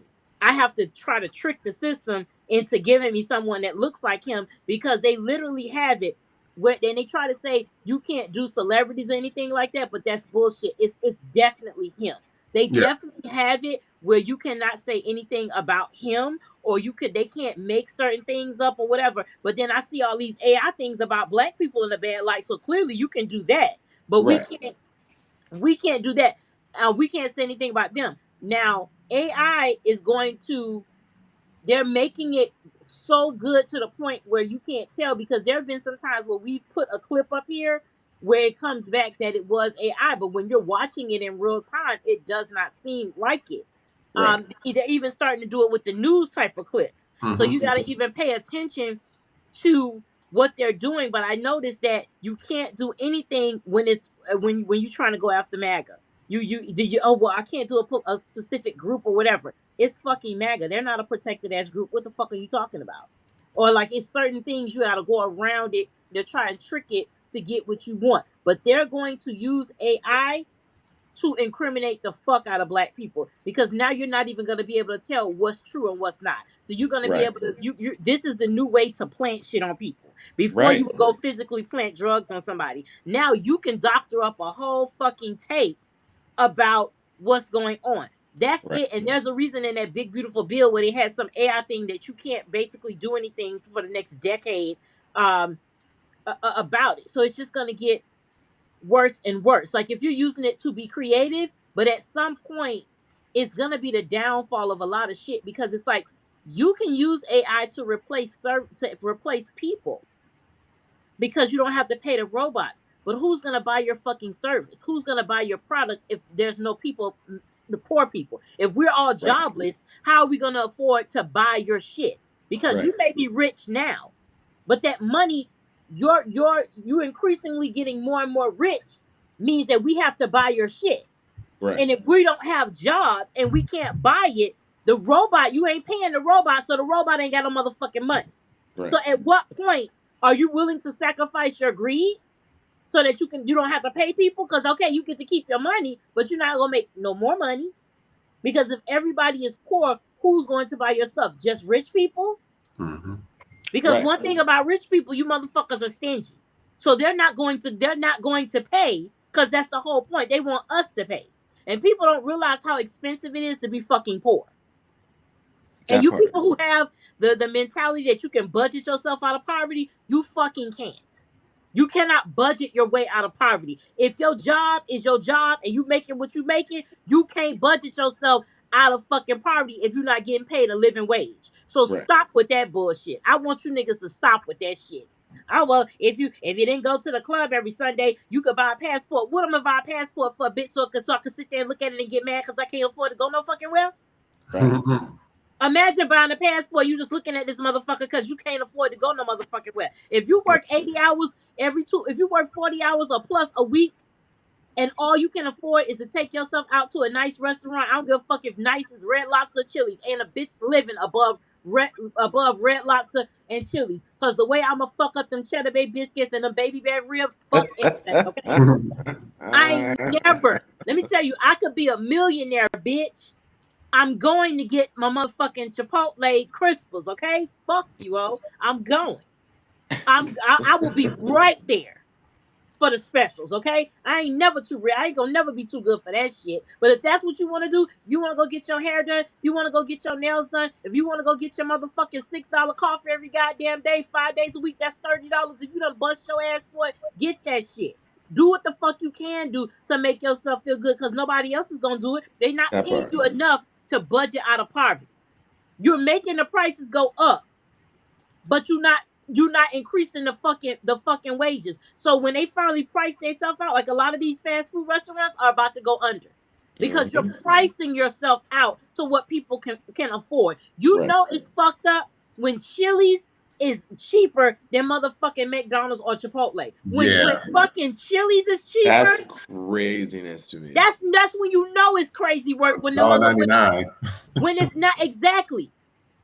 That man, this white man put it. It's all over the internet because 2 bowls at Chipotle cost $52 when you wanted the extra this and the add all this shit. And ain't everybody paying attention because it's a white man that did it, but he telling the fucking truth. Y'all pricing yourselves out of shit to the point where nobody's gonna be able to afford it. $100 at the grocery store, bitch, don't get you nothing. It will literally get you 2 plastic bags worth of some shit. Back in the day, $100, you go to the store with $100, bitch, you're balling. You eating for a good 2 weeks. Now, $100 is literally a couple of days, depending on what the fuck you're doing. They are going to price themselves out where nobody's going to be there. And that's when everything in this country is about to implode. Because greed, your cup is going to run it the fucking over. And let me tell you something. The billionaires, that's why they building these bunkers, because they're afraid of the fucking people. That is why they building these bunkers, because they know it's coming. And guess what? You can't spend them billions in that bunker, bitch. So you might as well come the fuck out, because if everybody turn on you, it's game fucking over. You can't spend that money. You can't spend that money in the bunker. You can't spend that money when you die. So why do you need to be that motherfucking greedy? How much money is too much fucking money? You don't need it. Even millionaires, I don't give a fuck. If you are not a billionaire, you're broke, bitch. Yeah. That's really and truly what it is. If you are not a billionaire, you're broke, bitch. You got actors on fucking TikTok, sell TikTok shop. You know shit is rough when a motherfucker is on TikTok shop. You know that shit is rough. People moving out of LA, them celebrities, they moving to fucking Ohio, Montana, wherever the fuck, Colorado, all of that. They moving out because they know they can't fucking afford it no more. And now writers in Hollywood, that's an issue because probably AI, they gonna try and script write with motherfucking AI pretty soon. Because they're not. I mean, again, AI can be worth it in certain aspects. But they're using it for evil. They're using it for propaganda against black people. They're using it to prop up the Republican Party. They're using it. MAGA is already stupid. So they can't even tell the difference between a fake ad and a real ad because they was already stupid before. Case in point, Sydney Sweeney, that jeans ad. Somebody went and put a Beyonce ad out there and them motherfuckers lost their minds. I'm like, that's not real. That's not real. You can't tell a MAGA person the truth. Because they literally have an entire network that is anti-intellectual and anti-factual. Ever since Trump take it back to 2015, he was laying the groundwork for stupidity to be the forefront. Literally. When that man said fake news, it might have came out like a joke, but he was laying the groundwork for you to start mistrusting mainstream media. And mainstream media what pisses me off is y'all are literally on your knees sucking his fucking dick. Y'all are not calling out nothing that he does. Nothing. And you wonder why nobody's watching CNN anymore. Nobody, I mean, you're watching these things, but we're getting our news off TikTok. Yeah. We're getting our news from there. I remember before that blip with TikTok, we used to see news from all over the world. You used to see things that used to share information. Slowly but surely, TikTok is shadow banning that. They're taking it. They don't want us to know what's happening in other countries. If you watch the news from other countries, you're gonna find more shit that's going on in America than America is telling you in fucking America. They know more about what's going on here than we do. Right. Because state media, mainstream media, is giving him everything he wants because y'all are so afraid. What the fuck are y'all afraid of? Y'all are gonna go to jail. Y'all gonna do serious time for this man, and all he gonna do is pass the fuck away. He's not seeing jail. Mm-hmm. Trump is not seeing jail. He literally ran for president to get from going to fucking jail. He knew he was going to jail. Yeah, had he not, and I know some people like, oh, they didn't rig it and they didn't like that. You can't tell me that they didn't do nothing. And again, we're not acting like MAGA with the conspiracy stop the steal. We know it wasn't. But Elon Musk himself, you're not gonna be a white man and let no shit like that slip out just to be joking. You're not gonna let it slip like that. He said it out loud because he knew he could and get away with it. Mm-hmm. But all of these people that's doing this bidding for him, y'all going to jail. When this is all said and done, y'all are going to jail because you're going to jail. You're going to jail because you don't have no protection with him. He can't pardon you if he ain't the president no more, and he can't pardon you. Let me do this. We're rolling into Trump, so we're rolling into him. I'm gonna let y'all take a look at. We have around 4 videos of that, and then what we'll do is we'll do our icebreaker as we normally do, and then we'll close out the show. So this is going to bounce off what you were saying, Nikki. I want to take a look at a few things that happened over the last few days since Thanksgiving. So let's take a look. Thank you, Noah's mom, for the super chat. And other things regarding his treatment. In the meantime, our colleague Gabe Cohen spoke to a gentleman named Andrew Carr, who is the former boyfriend of Sarah Beckstrom, the Guard member who was killed in the shooting. They lived in West Virginia, and Gabe asked the former boyfriend what Sarah Beckstrom felt about her deployment to Washington. Take a listen. Did she believe in the mission of being there? Did she think it was important, or did she think they didn't belong there, the West Virginia National Guard? It was mixed. She got deputized in there, and they gave them no rights to do anything. She was like, people spit towards us, cuss at us, throw things at us, and we can't do nothing. She couldn't detain nobody. She couldn't stop them from doing wrong. It was like they told them to call the cops. She wanted to make the difference. She wanted to extremely. She was happy with it. And she just was also like, why am I here if I can't do nothing? Where they limited them so much, she's like, it's pointless. She's like, I get why we're here, crime's bad, but it's pointless if we can't do anything. And somebody else, I'm gonna read a comment. Somebody says, so she hated that she couldn't lock up people that were angry that she was there for no reason, but she loved the fact that she was there because she supported the reasoning behind it. Definitely sounds like someone who voted against her own self-interest, now a causality of the very thing she voted for. That's some word right there. All right, let's take a look at this. And finally come to the conclusion we're not going to see any accountability. What in the hell's going on with Trump lately? This guy's like a wrecking ball, man. And I want to tell this President Trump, I voted for you 3 times, sir. I'm about to really ruffle y'all's feathers, so make sure you listen to the whole video before you run that mouth in the comment section. This message is for President Trump. I'm kind of sick and tired of people saying that, give it time. Give it time. You know, he's only been there a year. Give it time. No, I'm not giving it time. Okay, President Trump, Congress, senators, people in office, fix your eyes and pay attention, okay? This is a come to Jesus meeting, okay? The American people are struggling now more than I've ever seen in my life. So, I've also decided that the year 2024 was the last American election I'm ever going to fucking take place in. I hope I'm wrong, Mr. President.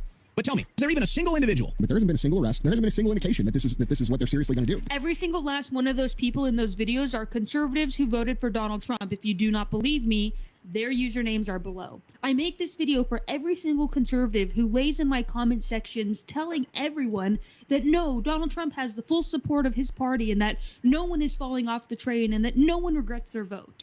So many people regret their vote, it's not even funny. That was my For You page the other night. I sat up scrolling and I'm like, oh my gosh, I had to cut people out of the video because there was so many conservatives popping up on my For You page talking about how they regret their vote. And you might be thinking to yourself, oh, well, that's just a couple of conservative content creators. That's not a whole lot of people. The entire comment sections were filled with other Trump supporters voicing how disappointed they are in Donald Trump.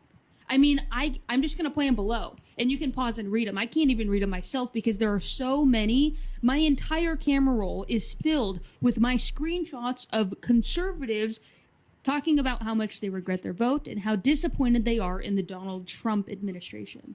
And to the left-wingers who do watch my videos, let this be your sign that a blue wave is coming.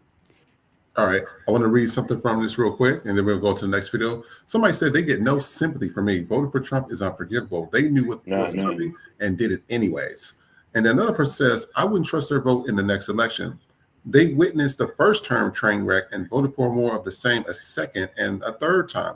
They are fundamentally broken. Let's take a look at this one. I'm so sick of Democrats calling me a bigot just because I voted for Trump. I voted for his economic policies, not like the bad stuff. Well, if you voted for him, you voted for all his policies. That's how it works. It's not really a buffet. I was just sick of all the out-of-control spending by the Dems. Republicans are better for the economy. What? They are. Facts over feelings, though, right? Duh. The U.S. economy has historically done much better under Democratic presidents than Republican ones. I'm serious. On average, since the end of World War II, real GDP has grown about 4.3% under Democrats and 2.5% under Republicans. 10 of the last 11 recessions happened under Republican presidents. Yeah, because they inherited a bad economy from the Democrats before them. Ooh, let's definitely come back to that one. But in terms of jobs, total job growth averaged roughly 2.5% per year under Democratic presidents and just over 1% for Republican presidents. Okay, but plenty of people have made a lot of money under Trump, so I would probably check those numbers. I always check the numbers, but you're right. There are plenty of people who have made a lot of money under Trump. Not regular people, but billionaires, for sure. Under his 2017 Tax Cuts and Jobs Act, the wealth of U.S. billionaires jumped 77%. $2.2 trillion in the years following. Must be nice. And now, according to the CBO, the top 10% of families in the U.S. control about 60% of the nation's total wealth, while the bottom half of families hold just over 6%. Now, you said Republicans do worse because they inherit a bad economy from Democratic presidents. Yeah. No. The historical data shows that Democrats often inherit a weaker economy and leave a stronger one. Republicans inherit a stronger economy and leave a weaker one. The economy doesn't just happen. It responds to leadership, policy, timing. And Democrats simply have a stronger record. Are the Penguins gay? I don't know. I'm so sick of Democrats. And I'm going to read one of the comments from here. Somebody said the most inaccurate thing in this video is the Trump voter actually listening and believing the opposition. Right. One other person says, out of control spending by Dems. I don't recall Democrats giving $20 billion to Argentina and spending $300 million on a new ballroom. That's facts. And let's take a look at this. A question about this tragic shooting in Washington, D.C. U.S. officials say that the suspect worked very closely with the CIA in Afghanistan for years, that he was vetted, and the vetting came up clean. He went cuckoo. I mean, he went nuts. And that happens, too. It happens too often with these people. You see them. But look, this is how they come in. This is how they're standing on top of each other, and that's an airplane. There was no vetting or anything. They came in unvetted. And we have a lot of others in this country. We're going to get them out. But they go cuckoo. Something happens to them. Your DOJ IG just reported this year that there was thorough vetting by DHS and by the FBI of these Afghans who were brought into the U.S. So why do you blame the Biden administration for what this man did? Are you stupid? Are you a stupid person? Because a question about this. I'm going to read somebody said, every moment he is the president is an incredible weak moment for the country. Another person says, anytime you press for line, his defense mechanism is to insult. What a child. And one last thing. So y'all know over the weekend, over the holiday weekend, this was from Caroline Levitt. So sources tell me that there is more to the story than Caroline Levitt's family detention story than the White House is letting on. The mother of Levitt's nephew split custody with the father despite claims to the contrary. The mother is also a DACA recipient. So I want, this White House is in turmoil. And the other thing, Yeah. And somebody gave out a super chat. Thank you so much, Noah. We appreciate it. We appreciate the coins to keep creating content for you. Thank you. I think when I hear white folks say that they voted for Trump because of economic policy, I always say bullshit. I said, I tell them bullshit all the time because I said, you voted for racism. I said, because this economy was not to where it is now. I said, you might have a little more things you can afford here. But I said, every time I hear you talk, you say the economy, but you're doing something different. Every time you say, oh, I don't want this immigrant here. I don't want the Mexicans here. Oh, those Latin people here. There was a video I was going to show, but we don't have enough time, of this family, white family, got upset at these Mexican people for having a new truck. Oh yeah, I saw that. You see, it has over 1 million views, and they were just so furious. And I'm like, you had a 500-year fucking head start. These people just came here probably two generations ago. Maybe this might be first generation, and they were able to get a new car, and your ass is still on that fucking inbred farmland that you're on, and you still have not did a change on it. That's the shit I'm talking about. That's why they're mad at and that's why they're mad and they're upset at it. But I don't want to hear the regret your vote. That's bullshit. Every time I hear, they're not regretting their vote. They're regretting that it's happening to them. Let's say that part. Don't say they regret their vote. They don't regret their votes. You know how I know they don't regret their vote? Because they don't denounce Trump. Until you completely denounce him, until you completely say, I fucked up, until you come out your mouth and say, I voted to be racist. Mm-hmm. And I voted not thinking that it would affect me, but it would only affect people that didn't look like me. Until you come out and say that or some variation thereof, I don't want to hear it. Fuck the regret. Because regret, they say regret because it's a trick to try to get us to empathize with them. I regret my vote. No, you don't. You don't regret a motherfucker voting for a motherfucker 3 times. That's a choice. That's a choice. When you vote for somebody, when you go in that booth, that's a choice. That ain't no random. That's not a random fucking purchase when you at the grocery store and you go pick up some motherfucking gum as an impulse buy. That ain't what the fuck that is. Right. You voted for that. You went in that booth knowing what you were voting for. You just didn't think the motherfucker was gonna double cross you. Yeah. In the process. That's what it was. You voted for your whiteness. He was voting for the money. Because all you have to do, again, I love Aaron Sorkin. One of my movies is The American President. And in that third act, when Michael Douglas gives his monologue, he says, the way you win elections is you tell people their problems and you tell people what their problem is and who's responsible for it. So rich white men go to poor white men and tell them the reason why you poor is because of black and brown people. Right. Not because of me, a rich white man that won't increase your wages, but I've increased the price of everything else. Mm-hmm. They want to keep, we understand the game. The game is for the rich people to keep the poor people fighting while they fleecing everybody's pockets. Now we understand that game. Mm-hmm. But what y'all not gonna do is when black people tell y'all that's the fucking game and call out the fucking game, you gonna tell us we being divisive while falling for the motherfucking division. You can't tell us we divisive and you falling for the fucking division. Because the division is good as long as it's benefiting you. As long as the division is benefiting you, then it's okay. The division is benefiting the rich white people. The division is benefiting the Asians that can have businesses. The division is benefiting the Southeast Asians or Indian. When I say Indians, y'all know I ain't talking about Native Americans. Y'all know what the fuck I'm talking about. The brown people. East Indian. But when the brown people, when y'all benefiting from shit, when Cubans are benefiting from the divisiveness, y'all real quiet on that shit. But when black people say that y'all call out the fact that y'all benefiting from said division, now all of a sudden only niggas are divisive. So no, we know what time it is. We see the game. Right. But y'all not gonna sit here and play the game in our fucking face and then tell us that you not when we see that you are doing it. You in this country because of us, and then we not even reaping the motherfucking benefits, and our people are ones that fought for it. We fought for you motherfuckers to be able to come over here.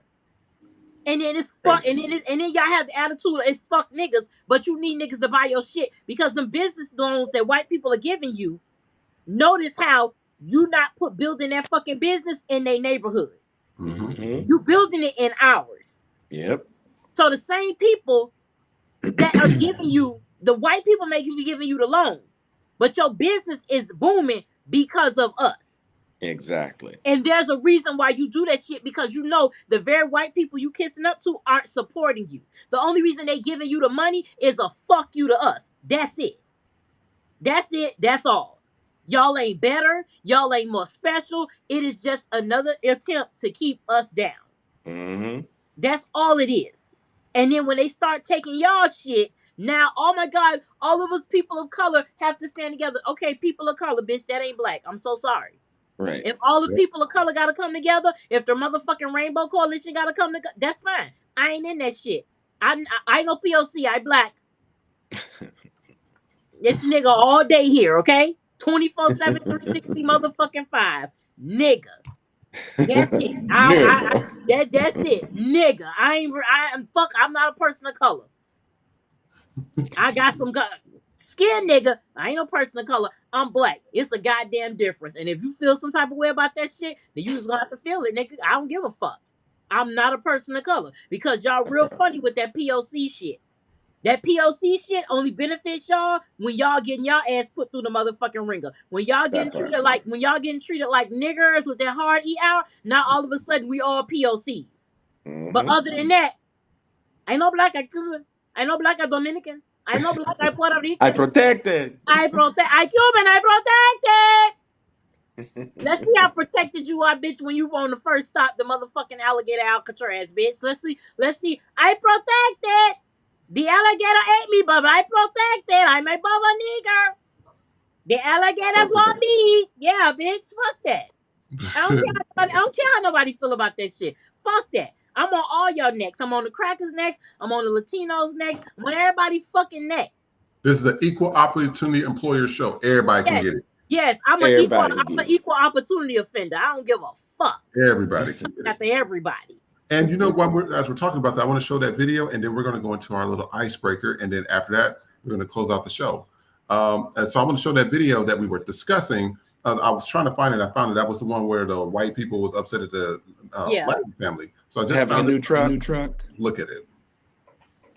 Brand spanking new Lexus SUV. How is that possible? Integrate into the same neighborhood that I worked my entire life to get into. I don't understand it. Here's this guy right here in his brand new Lexus. There he is, there right he there. Is, right there. That guy right there. That's a Look at that vehicle. Yeah, that's an immigrant. That's an immigrant with a $100,000 Lexus. Yeah. Brand spanking new. The level of racism of being envious of somebody that did, that's just fucking ridiculous. We might talk about that a little bit, but let's talk about this. I thought this was funny. Let's take a look. Catfished. Okay. Tell me I more. want him to act like he look. He got muscles on top of muscles. I thought when we got married, it was gonna be like Ving Rhames in the kitchen, butt ass naked, bang, bang, bang with my eggs. He be making eggs and put it on a tray with a fucking flour. He has his shirt off on all of his Instagram photos, baby oil. It's just like dripping all over him. He be pouring water all over me. I thought I was getting that. I thought I was getting like a supermodel, like fuck boy, like yeah, like. I was working out and it was hot, and I put water on my body. It wasn't baby oil, it was just sweat. Oh, I don't do those things. Yeah. I thought I was gonna get me like, choke. I got like a little choke. He don't want to choke nobody. He want to go on picnics and play Uno. Can I interrupt? No. Listen, I want a picnic that leads to dick. And all his picnics just be having fun.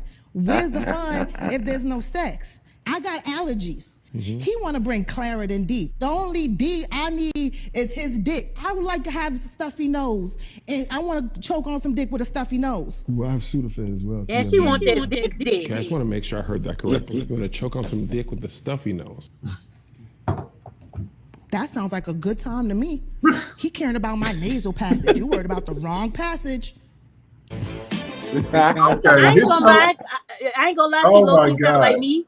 I ain't even gonna hold you. That would sound like me when we got to Dick Parks. That's the knick-knack. So you should have saved that for knick-knack after dark. Cause yeah. But yeah, she want a hood nigga. She want a roughneck. God damn, MC Light, she got a roughneck. Gotta get a rough. She want a roughneck for real. She said I want to be a little choked. Yeah, she say Can. she want that Vicks dick. She want You that. She know want what? that. I'm gonna tell you a quick story about this. So my cousins, they were interesting, but they was cool. I ain't gonna say it. So I'm gonna try not to say the name, but one of my older cousins, he used to have a lot of girls, and I was like, and it was always a different one, almost every day, almost. I said, how the hell? Ain't none of them got pregnant. He was like the pimp of pimps. They always came over. They was nice and everything, but they always did things. And I said they always was paying the bills, and they was cooking, and they was cleaning and stuff. And I'm sitting here like, why are they doing all this in my mom's house? Because my mom don't really like people in her house like that. And there was one time he came out the shower, and he was like, I heard him grab me a towel, and I tried to grab him a towel. I have to commend my family's genetics. He has a donkey dick. And one day he tells me, he says, hey, you want me to fold this girl up? I said, fold her up? What you gonna hurt? You gonna fold her? How you gonna fold her? He said, let me show you how to fold her. He said, you get under the bed and be in the room, and I'm gonna so he put a blindfold over her eyes so she can see, because she's been there a couple of times.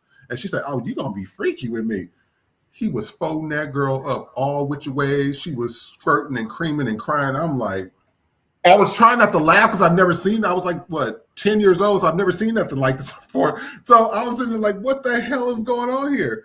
When I tell you those girls emptied their whole check for him, the bills were paid. They went grocery shopping for my mom. My mom didn't even have to leave the goddamn house. They did everything. Now, he messed with a lot of girls. The only one that caused the issues was that white girl. Yeah, so you listen. Baby, that white girl went crazy. So if he doesn't see a value in you, or he gets tired of you, and that was just a flaw of his, he was just like, okay, it's over. Well, the white girl wasn't having that, and that could be within a month, that could be 2 weeks, that could be a day. It doesn't matter. Well, he was over her, just done with her, and all the girls were nice. When I tell you this white girl went crazy, she had the police at her house. She went to the landlord. She told the landlord that we were selling drugs. She had CPS at the house saying we were being beaten. She had some guys bust up my mom's windows. Then the straw for me was this was almost like every day or every week. Then after that, me and my sister's going to the bus stop. So, you have to be at the bus around 5:30 in the morning. So we go to the bus stop and everything. And we ain't seen her in probably 3-4 months. She comes up and she says, start speaking to us and asking us about him. Now, the other people in the complex, the moms and the dads, they don't particularly care for her because she also had her friends bang on their doors to find my cousin. So she was messing with the neighbors to find him. And so the neighbors was like, first of all, the block is hot now. Yeah, I got the cops here every day messing with this white bitch. If he going to be messing with some girls, don't mess with her. Mess with all the Latinas, the Asians, mess with them. But that one, no. So then we at the bus stop, she says, oh, well, your mom told me to come pick up and take you out to the doctor. I said, take us to the doctor for what? We not sick. She said, yes, you are. And she signaled the car. A car pulled around with her, one of her friends we sent her with. They tried to grab us. When I tell you, the whole complex went in on them, beat them down. And that's why I said, be careful. Be careful. You get that part, and you want to make sure they cool. Now, the girl that's in that video, she wearing Timberlands. She don't want no man like that. She trying to be the man. Yeah. I mean, yeah, because that was a lot even for me. And y'all, if y'all know me, y'all know for me to say that's a lot. Because damn, she was shit. Like, you just, did he really deceive you, bitch, or did you just see what the fuck you wanted to see? Because I think you just saw what you wanted to see. Like, you just wanted a bitch. Just, you don't want to make love. You want fuck. I mean, damn, bitch. Like, have you had some in a while? Because it's given I ain't had none in a while. It's given I haven't had some in a long time. Bit damn, nigga, is it cobwebs on the pussy? Cause shit. And then I'm going to show some of our videos, and we're going to close out. So we're going to show our ending segment, and everybody, thank you in the comments. Trey's been putting your comments up on the video, so we do see it, and the video does play. You can also go to YouTube, and it does a replay back as well. So thank you guys for everything, and also again, thank you for that super chat. We appreciate that. Super chats, thank you so much. And moving forward, we will be answering super chats now. So that'll be at the prime to where you put in the super chat, type in your comment or your question. We'll go ahead and read it for you because we got just a lot of comments now. We're going to take a look at our first ending segments of videos, and then we're going to close out the show. Oh, baby, this finna go downhill fast. I am Abby, and I brought the relish tray. Wow. Hi, I'm Vida, and I brought the cranberry sauce. Girl, please. And I brought the It look like they got diarrhea. I'm Bryn, and I brought the charcuterie board and extra crackers. Maybe a split of crackers there. Hi, I'm Megan, and I made the stuffing. Maybe there are plenty of places to stuff it. I thought there was a bird feed. Hi, I'm Andy, and I brought the green bean casserole and stole Natalie's recipe for her sweet This ain't no but a hate crime. Hi, I'm Kristen, and I brought the pumpkin pie. Boy, this don't be saving y'all. Hi, I'm Lily. I brought the mashed potatoes. Oh, y'all in the medical field gonna need medical attention. She over there stirring up mush. I hope they infused, because y'all taste buds are confused. They come back. My name is Danica, and I brought the pecan pie. Ooh. I hope HR call all y'all into that damn office and have a deep discussion or deep one. Oh, baby. Oh, see, that's why I'll eat everywhere.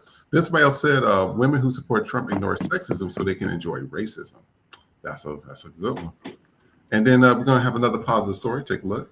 Woman is going viral all because of the way that she treated a father and his young daughter at the airport one day.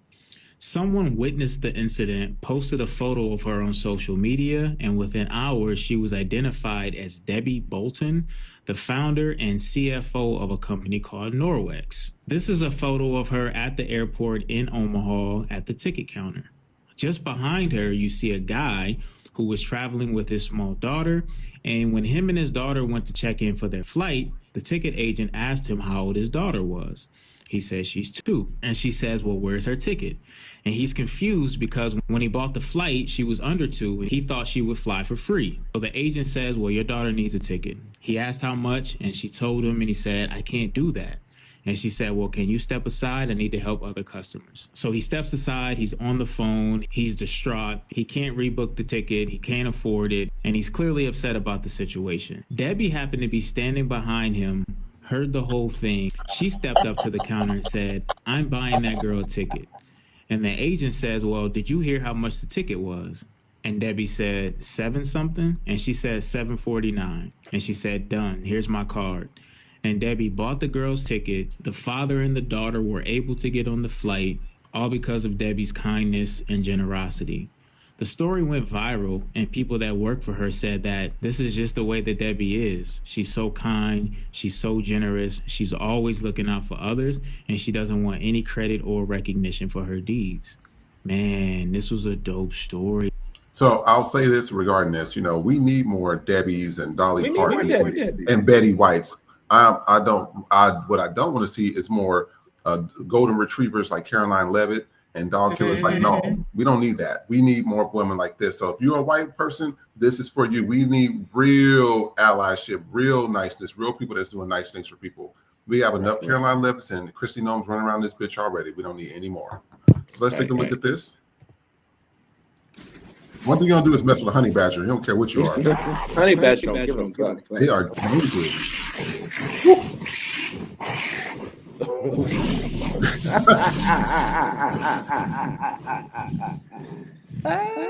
You ain't playing. I tell you, honey badgers are dangerous.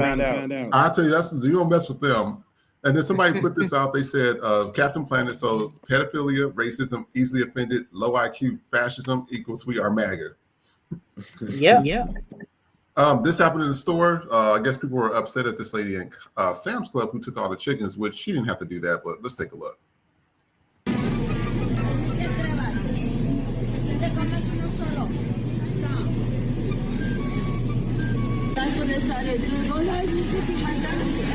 Wow.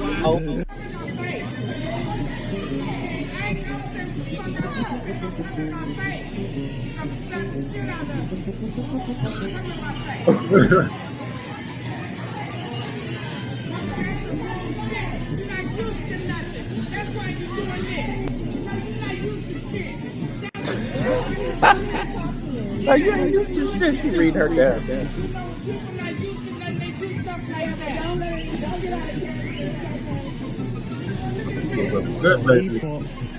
Pissed about her chicken. It was upset that she took all the chickens. Now, if this is my thing. If she can pay for it, she can pay for it. If she can't, she can't.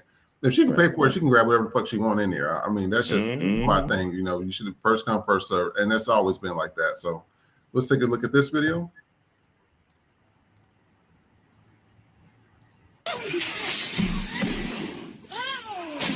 Ooh. What the hell? Yeah, got too drunk. Damn. I know he hurting. I don't care what nobody say. I know he's hurting. Oh. And then Kelly Osbourne, looking very different. Ozempic, Zepbound, Wegovy, whatever. What the fuck is it with the clavicle? I don't know. You could put change in her motherfucking shoulders.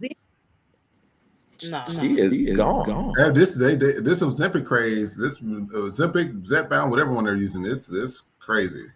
And then here's another one. So quick thing, quick 30 seconds on this one for us to talk. Somebody said on a 10-hour flight from Seoul to San Francisco, a mother handed out 200 goodie bags filled with candy and earplugs in case her 4-month-old child would cry during the flight. Somebody else said, commented, they said, I'm begging mothers to stop doing this. Your child is allowed to be in public, and if people don't like it, they can go to hell. Now, some of the comments that people said here, they says mothers shouldn't feel bad about being out in public, but at the same time, don't nobody want to hear your crying ass baby. Another person says you're missing the point. It wasn't the people are offended. It was that the mother hoped that this will offset any offense. She's not a victim. She's kind. Quick 30 seconds up here. What do y'all think? Because I think that, you know, for me, when it comes to the public, at the end of the day, if I paid a ticket to be on a tin can and I don't like the people and they on there farting and burping and coughing and shit, I know damn well that baby don't like it either. So why, as parents, would you put your baby through that shit when they don't want to be on that plane in the first place? Because if I don't like being on there, what makes you think a baby wants to be on there? I think that people should wait until their children are old enough. What do you think? I say fuck them kids. In the name of Nikki, fuck them kids. I don't want them on my flight. Even if I'm related to them. You know what they really need to separate. Hold on, Chris, take down the screenshot because that's when we can't echo. We're echo. Yeah. Oh, take it down? Okay, go ahead. Yeah, when you take it down, then there we go. Echo. Okay. Boom. Yeah, fuck them kids. Because I don't want kids I'm on not my done with flight. the videos yet. That's why I said I got to show one more video. Oh, okay, go ahead. Yeah, one more video. That's what I said. One more video. Sorry, hold on. My bad. And here's the last one. I thought this was funny. Let's take a look. If your nails this long, I don't want Thanksgiving food from you because they probably got old boo-boo stuck under them because I know you can't wipe good with these nails. If you have pets and let them play in the kitchen or lick you in the mouth, I don't want Thanksgiving food from you. You can keep it. If your house low-key look like this, I don't want Thanksgiving food from you because why are you so dirty? If the soap in your house has a whole bunch of dust all over it as if it hasn't been used, I don't want Thanksgiving food from you with your dirty self. And last but certainly not least, if you put raisins in your potato salad, I definitely don't want no Thanksgiving food from you. If your nails this long, throw the whole baby away, baby. Yeah, throw the whole baby away. But yeah, like, I mean, I'm glad the lady stepped in and paid for the ticket. But yeah, I the whole kids on the flight shit. Listen, It's a lot. I didn't like kids enough to have no more. So I like mine, but when it comes to other children, I got a 2-hour time limit max. Like I like, oh, you so cute, and I love the fact that I can give you back to whoever the fuck your mammy is. I'm good. Like I don't. Here you go. But on a plane, it's kind of like it depends on like if they are like old enough, but like a tiny baby. Like I granted, I know people have to travel, but it's just like fuck them kids. But I'm glad that in this case, you know, the lady did that. You know, that's white people doing their whiteness correctly. That's whiting correctly. Okay, when you do shit like that, you using your whiteness correctly. What's name was Debbie? Be more like Debbie. Okay, Betty White. Betty White, like that. Like use your whiteness for good. Use your privilege to help those that will never benefit from that privilege because they won't have it. That is when we say that is how you can be an ally to community by doing that. But yeah, babies on flights, I think it should be a certain age before you can fly because either that or charge, just like you want to charge fat people for a double seat, charge them for that fucking baby. because that should be a lot, especially if it's a long flight. If it's a quick flight, like Yeah. 2 hours or something, I got my headphones on, I'm good. But when it be them babies in there crying for their motherfucking life, and especially usually if it's a person of color or a black um family or whatever, they got ways to calm the baby down. It's you motherfucking envelopian bitches that be having them goddamn babies screaming and shit, and you just looking all around like you don't know what the fuck My to do. child With the can gentle do whatever he parenting. wants. My child can run around if he wants. Then I be somebody like, knocks your listen, ass out, then they all upset. exactly. I'd be like, if you don't get that baby some motherfucking Robitussin, something to knock it the fuck out, I don't want to hear shit. You better get a pacifier. Tell the stewardess put a motherfucking Biscoff cookie in his mouth. I don't give a fuck, but I don't want to hear that shit. I'm already tight as fuck on the motherfucking plane. I'm tight, and you know what I started doing? I started buying the aisle seat, and I've gotten good because normally I'm the bitch that overpack. But if I'm going somewhere quick where I ain't gotta check no luggage or nothing, but even then I'm starting to buy the aisle seat so I can get the fuck up and go. Cause I'm tired of you motherfuckers. And since we on the subject of a plane right quick, as soon as the plane land, sit the fuck down. Where the fuck are you going? Where the fuck are you going? You can't walk off the bitch, okay? The people in the front, they paid the most money. They going first. So as soon as the plane land, you motherfuckers are standing up like you in the back, especially in the back, like you can go somewhere. You a broke bitch. That's why you in the back with me. I'm in the motherfucking back, okay, bitch? We all in coach, okay? Act accordingly. You can't go no fucking where. As soon as that goddamn plane land, you bitches are standing your funky asses up. You musty, unwashed motherfuckers. I gotta smell your fucking armpits because you can't sit the fuck down and wait your goddamn turn. Stop that shit. And stop clapping when the fucking plane land. The bitch went to school. He did his job. That's it. The fuck? Oh my God. But that was my rant, my airport rant. I got you. And I want to thank all of our viewers at home. Hey, and I also want to thank y'all. Y'all have been doing very well. We have high engagement. Anybody that's on TikTok that's watching this as well, please make sure to go to YouTube. YouTube is where everything is. That's where we can see the chats. Again, Noah's, we're gonna put you in the Hall of Fame as our first super chat of all time ever right now. Yes, thank you. We working really hard. We want to build a studio for you guys. We want a studio audience. We want to start doing traveling shows with you guys, so that way we can build community. Also, if y'all know anybody that is doing something good for the community, or you have a business or a product or service, please reach out to us. That way we can talk about it on the show. If your product good, it's good. If it's bad, we'll tell you it's bad as well. So we're just gonna let you know that. So I'm setting nothing up here. We're not like everybody else that's like, oh, we got advertisement, and you're selling something that doesn't work. We just don't do that here. But we just want to thank y'all for that as well. And Nikki, where can they find you? You can find me on YouTube at Knickknack23. That's NIKNAK 23. The first episode of the Bitch Happen podcast is out, and it's called Fuck That Job, Walking Your Purpose. A new episode will be out this Wednesday. Also, we are going to do next Sunday. The Court of No Appeals will be live Sunday on YouTube. So I'll be doing a promo for that. So y'all get ready for that. And you can find me on Instagram at bitch_happens. And the backup is bitch_happens 2.0. Side note, we are getting a lot of love for our latest post, which is called Waste of Whiteness. So make sure y'all go and check that out. That's our latest clip that is up. So yeah, we're getting a lot of love on that one. So thank y'all so much for tuning in. Thank you, Noah, for that gift. So Noah, come on, Noah. Now you guys, TikTok. Thank you for liking I'm trying to do this and talk to you guys, but thank you so much for everybody on TikTok. Thank you for liking the live, showing us some love. We will be back tomorrow. I'm also going to be posting our daily schedule, which is Sunday through Thursday. So I'm going to be posting that up so you guys can know exactly when to tune into us.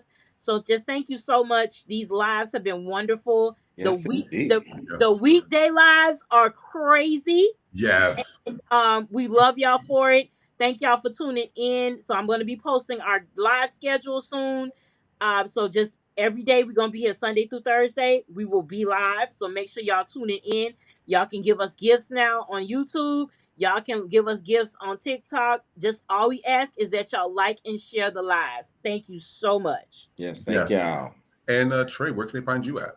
You can find me at Trey Rich Live on IG. Right now, that's just where I am. So just go there.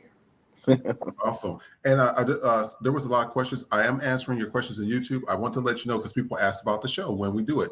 So Sundays is the only show that we do at 10 a.m. Pacific Standard Time, which is 1 p.m. Eastern Standard Time.